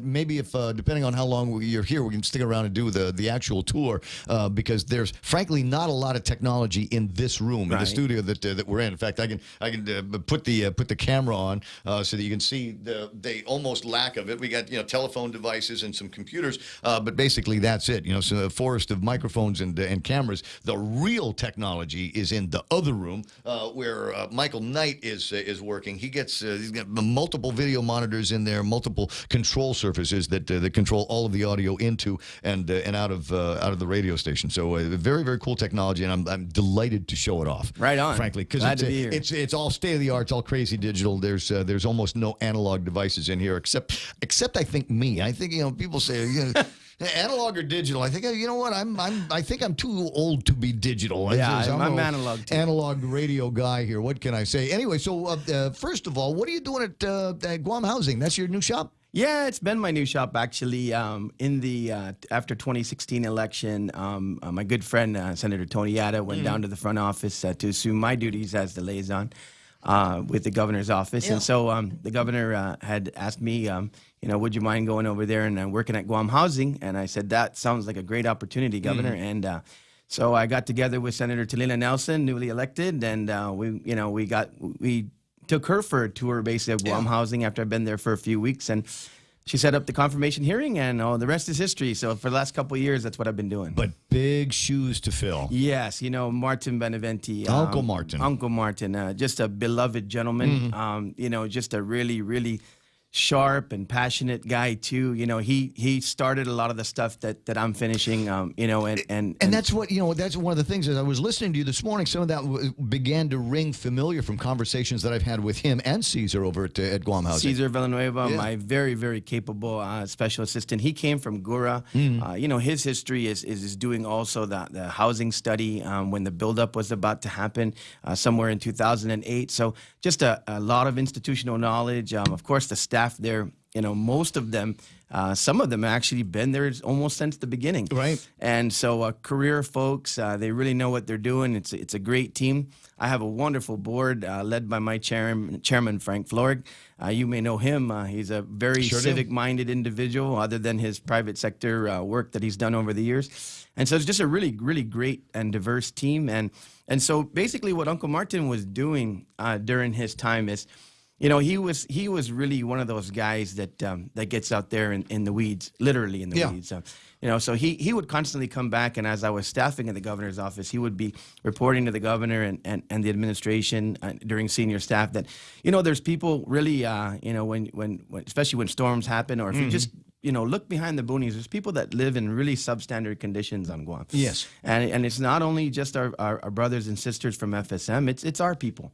And so he was constantly looking at different, and the board was constantly looking at different building systems that we could try to bring to Guam that would be affordable. Yeah, there's a bridge that needs to be. There's a huge gap that needs to be bridged between what people are earning and what they can get loaned to them, and the cost of construction, the cost of materials, unfortunately, don't seem to be going down. And so you have to look at it and at the process and say, well, what can we control here? Sure. And when we start looking at some of the materials that are used in construction, maybe if we get our minds off of the concrete and rebar mentality that we have been in necessarily, since the 60s and the 1970s. Absolutely. Once we get out from that paradigm, all of a sudden you start looking at other materials and say, yeah, that might be something that I might be able to build a house with that will sustain 160-mile-an-hour winds. Absolutely. So there were there are several contractors. We have now 4 qualified contractors at Guam Housing for affordable housing. They have come to us and presented different systems. We built one. That house is actually currently for sale. And so this is the second actual model, and we're going to actually build 2 of them this time that we're going to build so that people can come and see this building system. And you're right. It's a concrete metal structure system combination. And as I was mentioning earlier, I think the write-up really kind of caught the term modular because our major comparison. Well, when you say modular, you know, I think of mobile homes. I think of the old J&G modular homes that we had back in the 1970s. That I knew people that lived happily in those modular homes and never thought twice about it until the big winds came. And they said, "No, I think I need to build something with a concrete floor and a concrete roof." Or Camp Watkins, picking you know where the Onward is now. That was quite a large village of modular homes. But I think the reason why the writer used the term was because our comparison that we use is by the time you take a 45-foot container and make it aesthetically pleasing, put the foundation in because it has to be anchored down if it's going to be set up properly. By the time you go through all of that, we've seen anywhere between $45,000 to $60,000 by the time you outfit something like that. So with this contractor, he seems to have perfected really this concrete metal combination. And one of the reasons why we like to use the container comparison is the gauge of metal that actually is on the outside skin of this home is double the thickness of a container. Oh, that's interesting. And so what you have here basically is you have a fully concrete pad that's laid down, just like a foundation pretty much for a standard fully concrete home. And then there's 4 solid pillars coming up. And so everything other than that is the metal system, interior and exterior walls. And then it's a metal system on the roof that's insulated. It's about 3 inches thick. And it's got insulation between the metal. And then he caps it off with a 4-inch concrete on the roof as well. The thing that makes this system affordable, first of all, he sources the materials from Korea. He can put 10 units in one container. That's about 60 to 70% of the materials required to build the home. Oh, it's containerized. Containerized, and he ships them out here and pretty much put the container on your construction site and start building it like a Rector set. Rector set, yeah. Basically everything's plug and play. All the cabinets are plug and play. It's a lot of good features. The door jambs are composite. So you don't have the termite issues and stuff. It really is a very, very interesting system. Is it pre-wired, pre-plumbed for water, electricity, everything's gas? pretty much in the walls, somewhat. But of course, has to be run and everything else. But yeah, most of the stub outs and everything else are already put in place. And so that's where he's really going to save windows? the money. Is there windows? Windows, beautiful windows. We're talking about a metal house here, Chris. It's going to be hot in the daytime. Actually, with the insulation, he says absolutely not. It'll actually be quite a bit cooler. Wow. And so like I said, are they using Radva or something like that? They're not using. I got a sample at the office. If you get a chance, I should have brought it. But it's not necessarily Radva. It's some kind of a foam, insulating foam. A gap in between the metal it's encased and the inside. Absolutely. So $100,000 and. Trying to think in my head how that compares to any kind of new construction that we're talking about now. What's that come down to for so it's probably foot? $100 a foot, and I don't think you can find $100 a foot around Guam right now. I don't think you can find $200 a foot on Guam right now. Exactly. I think it's from the last contractor that I spoke to, a good friend of mine who's built for me before. He said, Chris, it's anywhere between $225, two if you're lucky. Yeah. But right around $225. $250 if you want it done quick. Absolutely. Yeah, per square foot. And so where this system also where the affordability comes in is the fact that he estimates and by all his calculations, a 3-bedroom he can put up in 60 days. And so labor costs are down, material costs are down. I mean, just assembly and everything else. Right. The real time consumption really is in concrete that has to sit, and the concrete that is in it that has to sit and give me a couple of weeks. Sure. All right. Okay. And so you just show up with the dirt. Here comes the guy. He can do the assembly. So what's your long-term prospect for this? Is there part of build these things up and then we contract with Gura and put people inside of them, or is this make it part of a program where and what this is what I envision is not necessarily folks that are poor. I think there's a lot of programs that are available for the poor. It's I think the working poor, where you've got a husband and a wife and 2.5 kids and a dog, but still between the money that they are able to bring into the house, it's still not enough to get the coverage from the bank. So this is one of those programs. I think we could put a family like that into these homes. Yeah. So I also we jokingly say around Guam Housing, this is and with folks that I've talked to, we call this house the son move out of my house. I want an empty nest house because it's a starter home and because it's it's I think this will be Guam's probably version of mini home, right? So if you were in a 3-bedroom or a 2-bedroom, you're looking at 600, 750, and then 980 square feet. So they're not big homes, but they're definitely very affordable and very well built. As I said, fully engineered, fully insurable. So this contractor has gone to 2 banks now. One actually financed him, and the other actually is looking at has qualified some of their buyers for this system. What's interesting is... Well, remember the banks, and to the listeners, the bank's interest is they want to make sure that the house will last long enough to get to the end of a mortgage. Absolutely. So they're going to be interested in the survivability of the house, the survivability of the note, and also want to make sure that the place can be insured, that you'd be able to go to an insurance company and say, okay, here's my non-Guam concrete hot box, house, and can I get insurance from you so the bank will bless the note? Absolutely. Yeah. And so we think that one of the largest markets of for this particular system is also going to be Chamorro Land Trust.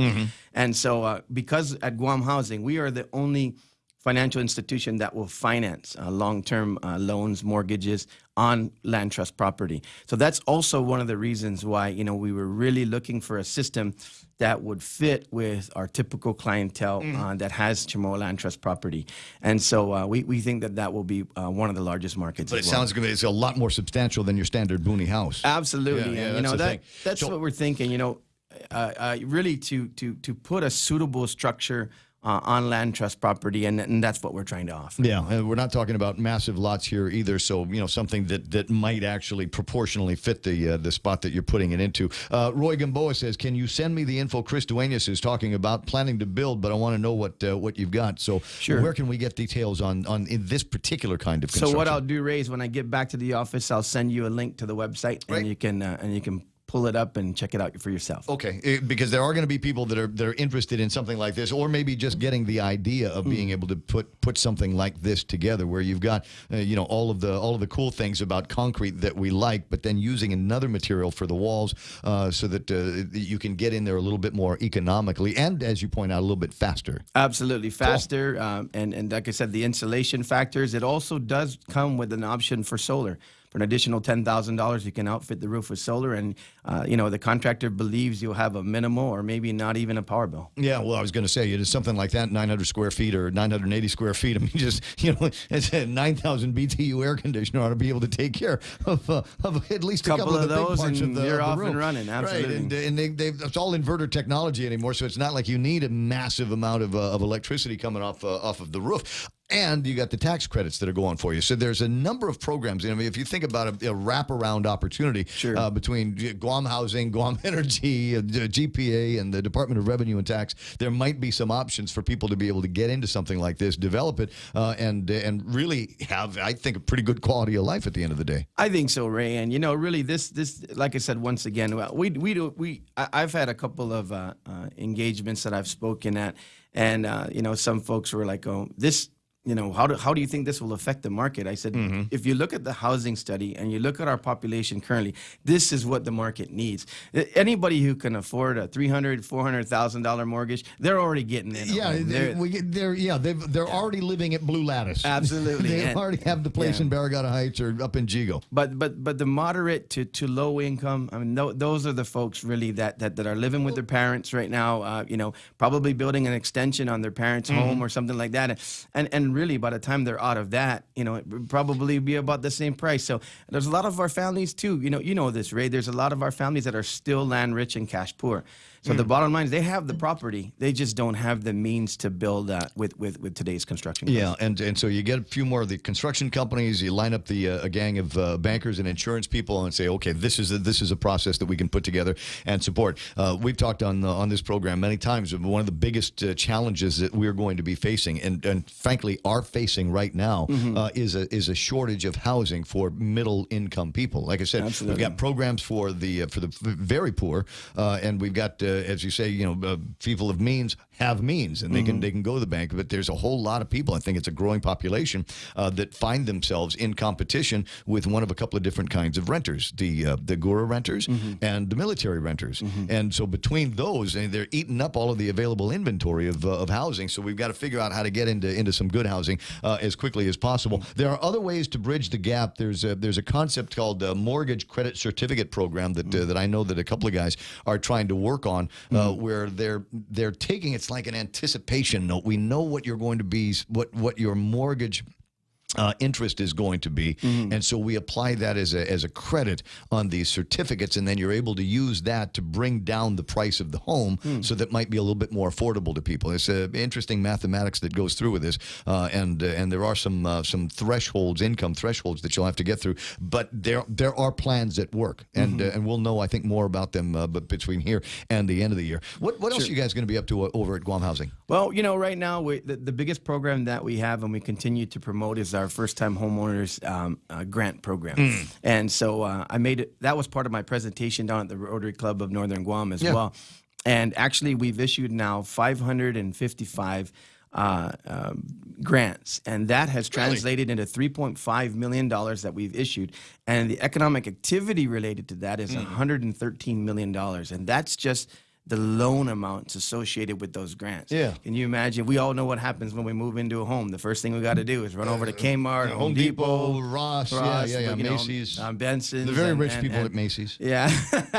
Yeah, you and I are over at Benson. And so... And I was that close to buying $120 worth of sheets a couple of weeks ago, and I thought, well, wait a second, let me just price the same thing downstairs at Ross. So you guess what I ended up? Guess where I ended up buying?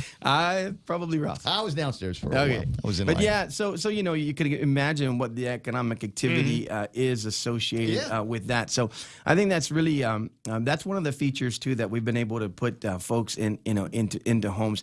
We figured that's spread around all the villages too, right? I've noticed that 500. Of the 555, 500 of those loans were written for $200,000 or less. And most of those folks were just able to get that home because they got the $10,000 towards their closing costs. Yep. So that's what we're going to continue to work on. Lending capital for us is a real challenge right now, but we believe that there will be some investments coming up, especially now that the interest rates are going up. So the margins for us to make reasonable return should start to return. So if we right now, it doesn't make any sense for us to borrow money to re-lend on the market just because the margin isn't there. But that might be coming up soon here again. So we'll try to extend out. We're issuing about $3 to $3.5 million in loans a year, but our pipeline is like $20 million. Oh, interesting. And so there's a lot of need. We just got to continue to capitalize, Guam Housing. What are you doing with folks that are already in a home, or as is the case with you sitting on a piece of property that I don't want to live there. I don't want to sell it. I want to rent it out to somebody. Are there incentives that you've got for landlords and landowners, property owners, owners that would incentivize them to lease out to some of your target audience?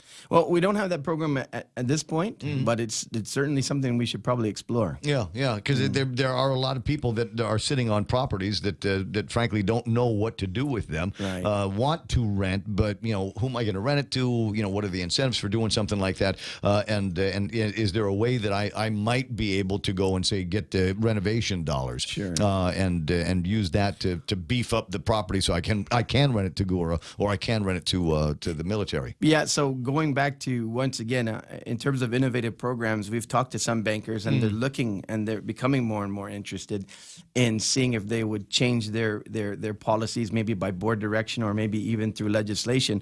Don't laugh. The full faith and credit of the government of Guam, backing up Chamorro Land Trust financing. Hey, listen, if I was better prepared financially, there's no reason why I wouldn't become not a creditor of the bank but I would like the government to be a creditor back to me, because there's some great bonds that the government of Guam has taken out, and as we all know, those get paid first. And that's never defaulted on anything. Absolutely, we have always paid the bondholders, so it's not in a bad position to be holding a note for the government of Guam. Absolutely, and so if you're securitizing, that, and you're basically the first on paper, if you would, but the financial institutions reduce their risk. And so, a Bank Pacific, Phil and his group or others might say, right on, the government of Guam will take the first on this. Maybe the legislature does a set aside every fiscal year, $5 million, to pilot it and whatever else. And just lockbox that. That becomes the guarantee, and then these folks can go in, apply at the conventional banks. I do want to laugh when you said lockbox. I was holding that in, because apparently there are no lockboxes here anymore these days. Not even the 911 money was safe from the claws or the clutches of the government of Guam. Fun conversation. What else have you been doing? I mean, besides the gig over at Guam Housing, anything else is fun? just family stuff. A little bit of fishing. Little bit of fishing. Come on. Yeah, I'm trying to make it a lot of fishing this weekend. But that's why when I thought about coming up, I thought, man, I don't have my sashimi with me. But I said, you know what? I'll make up for it. I'll double the platter size next time. But yeah, just family stuff. Our youngest son is at FD, and he's a junior there, and so he's doing a really good job. And so we got homecoming tonight. Is that home? I don't know about that. That's why he was vacuuming the car. Yeah, I think there's actual something going on for the football team this year. Anyway, it's always great catching up with you. And you too, my friend. And next time you need somebody to sit on the cooler on the fishing boat, you call me up. Got it. I'm not good at anything else. I'm not good at pointing the boat or steering the boat or anything. But sitting on the cooler, I'm your man. And you can pass me one once in a while. Absolutely. Okay. Absolutely. We're there. That's what we'll do. Chris Duenas from Guam Housing in the studio with me this morning, talking about a new way to think about modular homes, he says. Tell you what, iConnect time is in the studio. It's 9:30 in the morning. Call them up at 888-8888 and find out about why they are the practical choice. Great prices on mobile and internet and what's the other, the push-to-talk plans that they've got right in the back door of the radio station at iConnect. At Guam Regional Medical City, it is our mission to become the island's premier choice for specialty care, like cardiology, pulmonology, neurosciences, orthopedics, oncology services, and more. We aim to protect our island from heart attacks, strokes, cancer, and diabetic complications. But should you suffer from such diseases, we're ready with world-class options, both inpatient and outpatient. For more information, visit us at grmc.gu.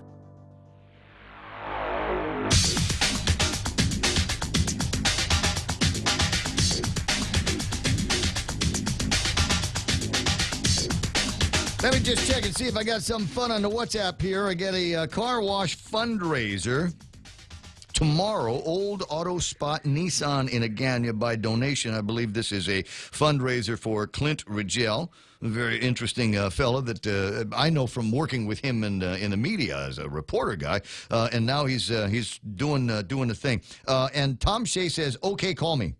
So if you want to dial him up, that'd be all right. As I said, some interesting things that seem to be happening over at Guam Regional Medical City. They've decided that they're going to be making some changes to the way that the operation is compartmentalized and departmentalized, and it doesn't look like they are going to be in the business of delivering babies in the future, which is interesting. It's Guam Regional Medical City announced its intention of suspending the maternal child health services indefinitely, set to happen by the end of the year, ending contracts early for some. The units affected by the closure include labor, delivery, and recovery, neonatal intensive care, pediatric intensive care, and pediatrics. Hospital officials say maternal child health services are currently duplicated at both hospitals. Chief Medical Officer, and we get him in the studio all the time. In fact, they'll be in Monday. Dr. Felix Cabrera stated in part, for us to continue providing sustainable and high-value specialized care, we've come to a critical junction where we must refocus our limited resources. We've also been honest in our assessment that our community is likely better served by consolidating maternal child health back to our GMH partners. You've heard me and others talk about how great they do with babies over at Guam Memorial Hospital. And as far as I'm concerned, I think as far as the numbers people at GMH are concerned, that's a cash register. You know, they got a lot of patients coming through there, and they generally have insurance or are of sufficient means to be able to pay for the services. And so we see a whole lot of that at Guam Memorial Hospital. And so, you know, if it's something that, and I know this from working with people over at GRMC, they're not generally in a position to want to duplicate services. And as we know from talking to them, they like to think of themselves as a kind of a specialty hospital. You know, I joke around about, you know, them being the first choice for all of your open heart surgery needs. But it's that, and we know we got some really good neurologists over there, and people that want to talk to you about medicine and different kinds of healthcare needs that we've got here on Guam that aren't generally taken care of at the clinic level. So it will be interesting to see how this changes the landscape a little bit at Guam Memorial Hospital with more access to more patients, certainly in that regime. Yeah, it really was kind of deflating to me when I realized that our particular insurance doesn't go to GRMC. I was hoping we would get to go to that one, but we get to go to the other one. And that's the way it is with those guys. So it's one of those buyer beware things, and obviously you and I don't get to negotiate our individual contracts with the healthcare companies, and so that's you get what you get is the deal. But that doesn't necessarily mean depending on what you want to do, there might be some procedures that are covered by the individual doctors and the relationship with the individual doctors, and not necessarily something that you've got to go directly to GRMC for, right? So I mean, if you've got a doctor, I believe, that refers you to a doctor that works over at GRMC, I don't know that would necessarily embargo you from being able to avail yourself of those particular services. I don't know, because I've never checked, because I never get sick. It's the way it is. 9:35. Jack is on.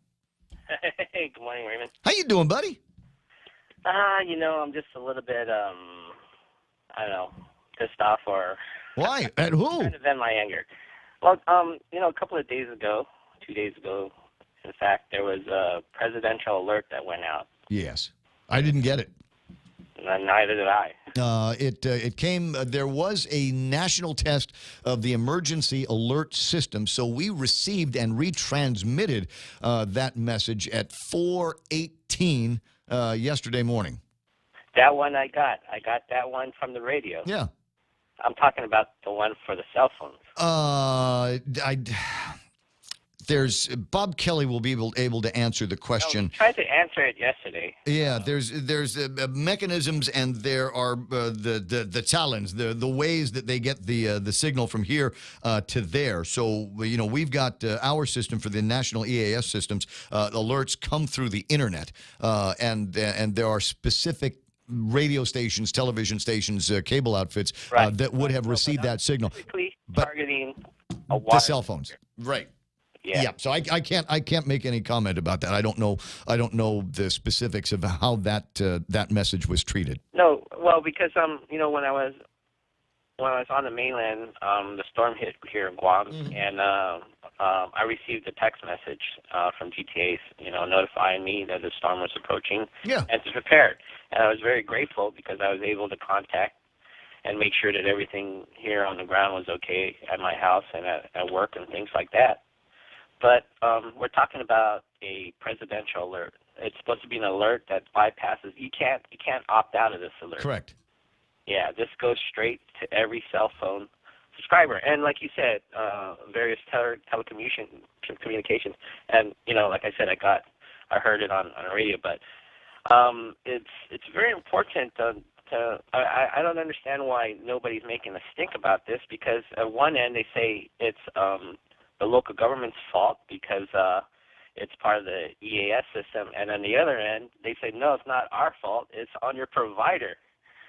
Your provider is supposed to provide this. Is supposed to be providing this emergency mechanism for you. They said it's the wireless emergency system. Yeah, but I don't know. Like I said, I don't understand I do understand it, but there are different parts and different responsibilities that the telecom companies would have, and I don't know because I'm not in that side of telecom.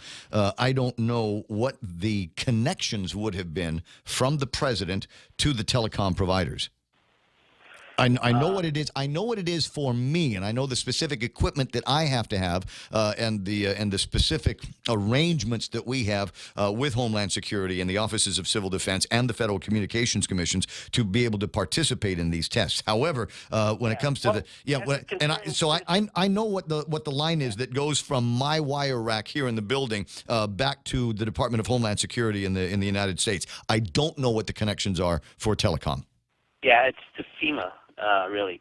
But anyways, the reason why I had the concern is because when it went off, I contacted my cell phone provider, and they had zero clue about what I was talking about.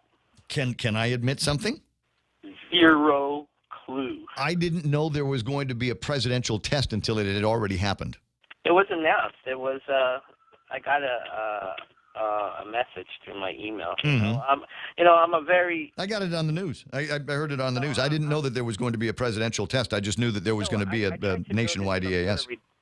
I try to build in some sort of redundancy for the information that I get. Especially when it comes to weather, tsunamis, and stuff like that. So not only do I have my cell phone provider, I also have the Joint Typhoon Warning System, Homeland.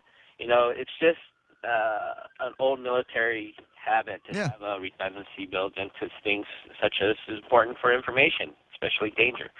And so, I'm just wondering why, even in the media, there was no concern about this. And we're talking about a national alert that's supposed to be reached every cell phone user. Yeah, and in my case, in my case, I was simply concerned about making sure that our systems were up to par. And it was. Your system worked great. But for us on the field, and all we have is our cell phone. Yeah. And it's not like the other alerts that you could opt out of.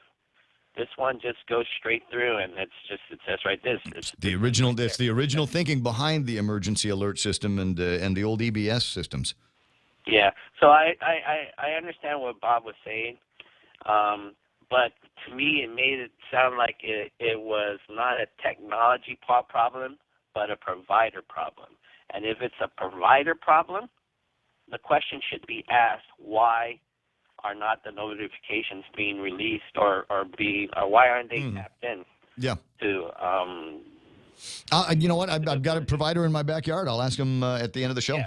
Let's see what they've got to say. It really was disconcerting when I called my provider up, and then I called my wife's provider up because she's on a different plan, and none of them had any idea about the presidential. The presidential's supposed to beep you on the phone. Get out of here. When did they start doing that? It's supposed to be but hats off. When I was off island, I did get the alert that the typhoon was approaching, and it was great information. And it went through, and if they could do that alert, I don't understand why they weren't able to do the presidential alert. But right. The rumor that I got it, and it's strictly rumor, is that it's because our providers are not U.S. based. And I told him, I said that doesn't make any sense because this is an FCC regulation. Yeah, if they've got a federal ticket, then they should ought to be able to live up to it. When Bob was explaining it, like I said, to me it didn't sound like a technical problem. It sounded like somebody just didn't want to provide the service. But I'll find out what I'm. Like I said, when I get off the air. You have a great weekend. I intend to have an incredible weekend. There's so much going on; it's crazy. All right, buddy. You have a fantastic day and a great weekend to you as well. 888-8255. That's 888-8255. He'd referenced Bob Kelly in that conversation a couple of times. Good morning, Bob. Good morning. So what was the deal? And like I said, I heard about it when it was done. I got a thing from USA Today that was talking about this presidential beep that nobody could opt out of, that all the telecoms in the states did, but I never got any messages on either of the services that I use. I mean, what we're talking about is what's called the wireless emergency alerts. Okay.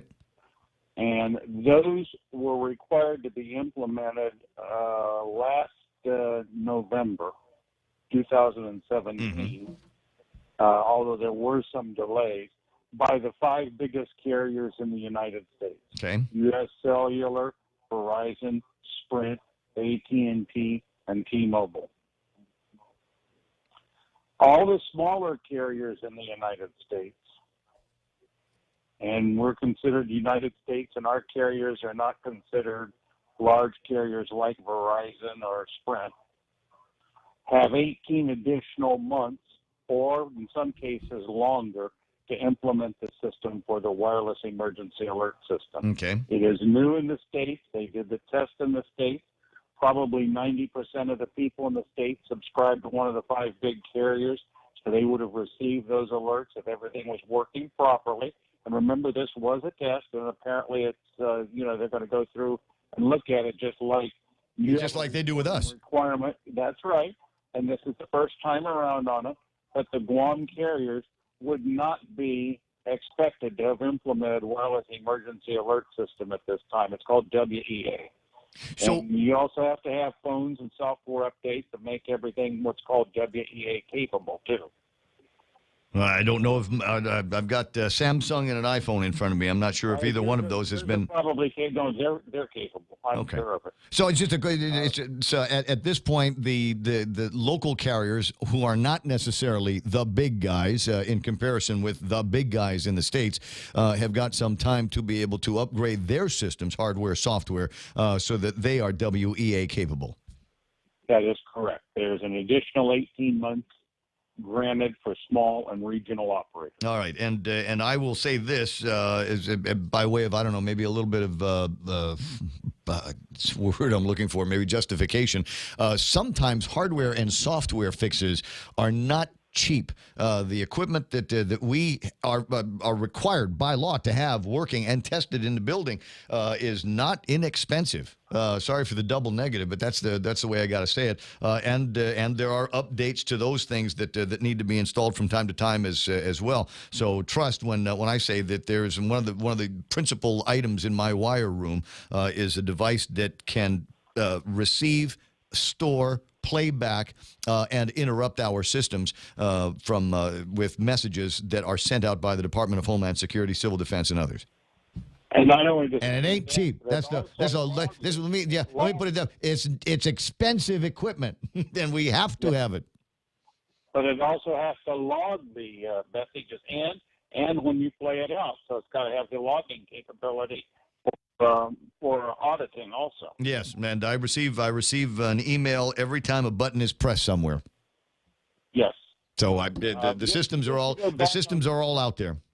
And I want to just make one comment. Eventually, hopefully the next year or two, the fire department will be able, or the government in Guam, I'm not necessarily in favor of it only being the fire department, will hopefully implement NG911. This is also going to place costs on all the carriers here so that they can provide the information to NG911 of all the location information and the additional information and interfaces required.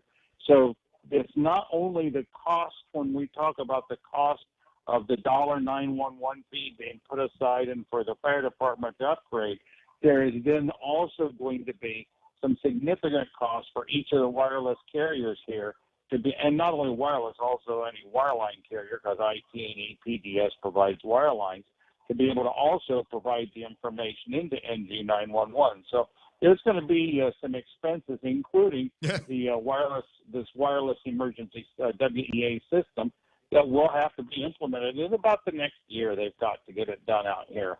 So things are going to be coming down, and I think we're going to see the development. But this test was primarily for the national carriers and not the small regional operators in the United States, and we're a small regional operator in the United States. So it was really not geared toward them because most of them have not implemented it yet. Okay, I think I got the full picture here, Bob. Appreciate you calling in and straightening it out.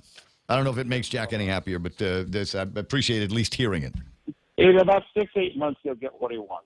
I would hope so. You know, we talked with Joey St. Nicholas a couple of weeks ago about that. I guess they've finally gotten the paperwork the way they like it from the Attorney General's office and have now gone out looking for bids on an NG 911 system. My assumption is, like everything else in the world, there's different companies that will develop, build, and operate these 911 systems, right? That's an issue, a whole new issue that you don't have time to go into, but let's chat about it next week. All right. Talk to you pretty soon. You have a terrific weekend to yourself. Bob Kelly with me on the program here, 9:48 in the morning. And as I said, one of the big stories that is floating around, probably in the medical community, and maybe even just a subset of the medical community, where we talk about labor and delivery, is the idea that Guam Regional Medical City wants pretty much to get out of that gig and have everything centralized now for labor and delivery over at Guam Memorial Hospital. One of the spokesperson, ombudsmans, if you will, for that industry is my old friend and new grandfather, Dr. Tom Shea. Good morning, Doc. Hi, good morning, Ray. Sorry I couldn't call you earlier. That's okay. Delivering babies. I did. I did a beautiful baby this morning. Nice. Nice. Yeah, you wanted to talk? Yeah, well, I wanted to get your thoughts on GRMC. It looks like they're going to be backing out of the labor and delivery business and putting more emphasis, quote, on the partners at Guam Memorial Hospital. They don't want to duplicate the services any more than they need to, and I think they, are lining themselves up to be kind of a specialty care hospital, and Guam Memorial Hospital more of a general care hospital, including your very profitable labor and delivery center. Well, so what do you think about that change? My push for Guam Memorial Hospital for renovation is really not dependent on GRMC. Whether GRMC proceeds to continue with their labor room, I encourage them to do that because it helps the indigent patients. But it's a financial decision that they have to make. And it comes down to whether or not it's, like you said, profitable or not. And when GRMC first opened, they asked me to go over there, and Mike Cruz is a very good friend of mine, and we talk a lot. I just chatted with him yesterday and today, and we'll meet up this week as well.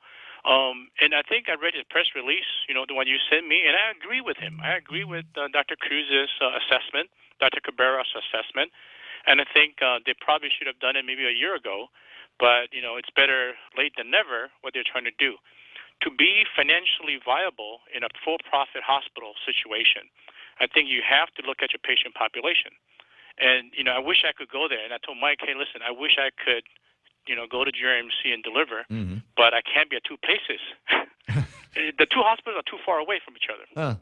And I can't be there and somebody in labor at GMH and somebody in labor over at GRMC. There's no way, unless you gave me a Star Trek beam or something, But I think if I had gone over there, I'd take my private patients with me, etc. But I have to, let go of GMH, and that's tough because GMH really is the hospital that's serving a lot of the indigent population as well.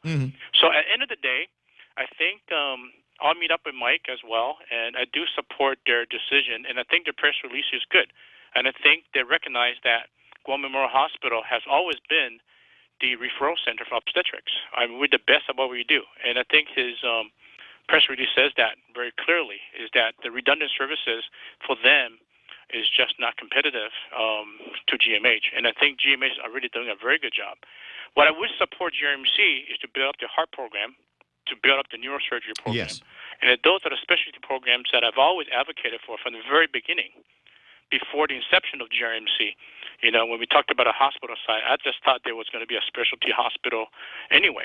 Well, I remember being surprised when I was talking to at least one of their administrators a few years ago when they first started talking about the services that they had, and I was surprised to find that they were going to be talking about labor and delivery because they had earlier suggested that they would not be getting into a lot of competitive fields with Guam Memorial Hospital. So it surprised me that they went in that direction. But here it is, you know, a few years later after the grand opening of the place, and they find that maybe that's not as rich a field as they had originally thought. There are other diseases and physical calamities that people have that are frankly more profitable to treat that they are going after.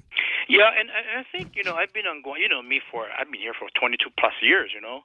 So I have a lot of, I have thousands of patients that's already established with me. And I'm lucky in a way that my patients are very loyal. They never really left me.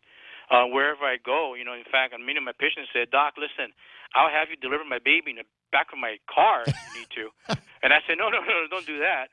But, you know, wherever I go, I mean, certainly GRMC is a nicer place, but they stuck with me because, you know, I take good care of them. And sometimes, you know, you have to focus on your provider, the doctor, that wherever you go, even in the stateside too. Here in Hawaii, if your doctor doesn't go to Queen to go to Kapiolani, you go to Kapiolani because you go where your doctor goes. And I think that for GRMC to make a decision to say we're going to let go obstetrics, I think is in the best business interest. And I think it's actually in the best interest of the island. In a way, I could be selfish and say, you know, and I told Mike this, I said, keep it open because, you know, you come to GMH, I'm gonna lose more of my availability for my hours to do surgery because, you know, we're gonna have to take in more patients. Yeah.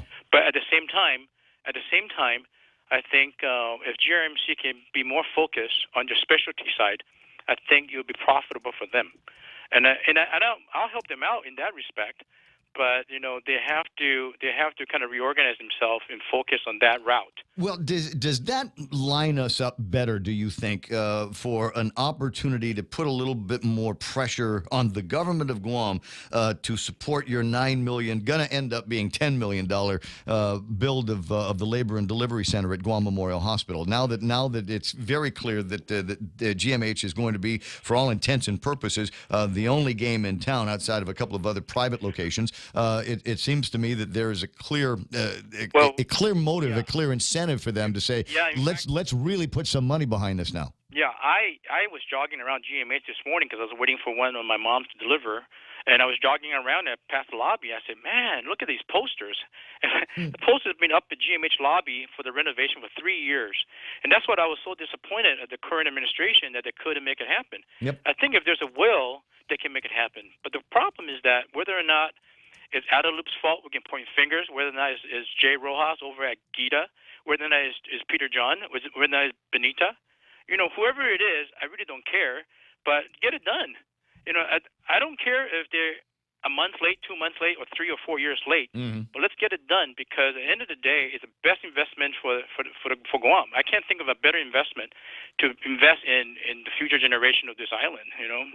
And you're right. I think the pressure is on GMH to make sure that they do renovate.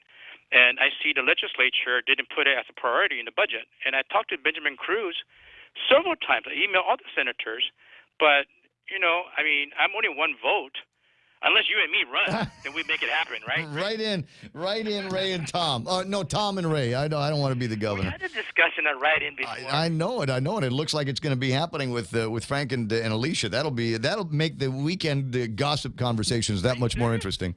They've decided to actually make it official? I'll see if I can link on. In fact, go to my page on Facebook. I've got a link there. I did. I saw your Facebook post. Yeah. So I posted it. I said, "What does that mean?" I mean, that was just a commercial, but what does that mean? Remember we talked about the write-in, we're diverting our subject, but going back, we talked about a write-in before the election, and we said, how do you do it? And Maria Pangilinan came on, and he said, well, to be a legitimate write-in, if you're using commercials, you have to make sure that you sign up at GEC and make sure you file, and they have to recognize you as an official candidate. So whether or not Frank did that, I'm not sure. And if he did, I haven't heard about it. There's nothing in the news that suggests that he's been to the GCIC building. Yeah. We'll look into that. I got the whole weekend to dig into that. dig into that, because right now the only two candidates I have at a Guam Medical Association debate coming up in 2 weeks, and I hope you'll be there with your recorder, whatever it is. In 2 weeks we're going to have a debate, and the debate is only going to include Lou Leon-Guerrero and Ray Tenorio and their lieutenant governor candidate. Right. And that's it. And I told both sides that, the third candidate is write-in. A write-in is not a legitimate candidate for us to be recognized. Unless they go through the GEC. Hey, Doc, I got to run. You have a great weekend. Deliver lots of babies. I'll see you out there. Absolutely. I keep advocating for the moms and baby for the renovation. I absolutely will. All right. Thank you very much. Closing in on 10 o'clock in the morning. The radio station is KUSG Hagåtña. Let me just take this real quick break, and we'll wrap up the show. Grilled salmon, petite sirloin. Can't decide. What are you doing? Making my top 10 list of favorite dishes at Ruby Tuesday. You really need to get a hobby. But I can't decide. There's no way I can narrow down so many classic dishes to just 10. Then it's a good thing Ruby Tuesday did it for you. It's the all-time favorites menu at Ruby Tuesday Guam. We took our most popular dishes and put them on one great menu for only $14.99. Hickory pork chop, Parmesan shrimp pasta, prime loco moco. 10 top sellers at one great price. Pick your favorite for a limited time at Ruby Tuesday Guam. Cheese curls and hot sauce, pantosta and coffee. Great alone, but better together. Here's another perfect pair for you. Docomo Pacific has created the Better Together Bundle, combining 2 great services for one low price. Get unlimited local talk, text, and 20 gigs of data, plus unlimited home internet speed up to 20 megabits for $109 per month. You also get free installation and a Galaxy A8 Plus when you sign up today. Mobile plus online from Docomo Pacific. Better together. Some conditions apply. Call 688-KRC store for details. Well, I guess that's it. I guess that's all I got time for today. Bob Klitsky going to be on the radio at 4 o'clock this afternoon, and he's going to take long, loving, and logical looks at all the big stories that we've been playing around with, maybe even a couple of other things as the Tall Tales continues. Had a great time yakking with a bunch of people this morning about a bunch of different topics. Hope you had a good time listening and watching on YouTube Live. Now, I'm going to be, just FYI, you might get a couple of notices and alerts on Facebook if I can get my credentials logged back in properly in the system, and just ignore it, because it doesn't mean I'm going back on the air for another 4-hour show. It just means that I'm testing out the system, so you might be able to see some of that, but not completely unhappy with all the people that have now newly subscribed to the Ray Gibson channel on YouTube, and the show will always be there, and we'll get us back on Facebook Live in time for Bob Klitsky's program this afternoon. So a ton of stuff going on this weekend, and I hope you get out there. We got the Wine Fest tonight. I got a couple of fundies going on, Strides for the Cure tomorrow. I'm going to see if I can put on lace up my running shoes for that, and just be on the lookout for me and pals goofing off all weekend long. The radio station is KUSG Hagåtña. Coming up next, Fox News Live for Michael Knight, Kevin Kerrigan. Almost said Kevin Klitsky. Kevin Kerrigan and Blake Watson. On behalf of those guys, thanks so much for listening. Catch you Monday.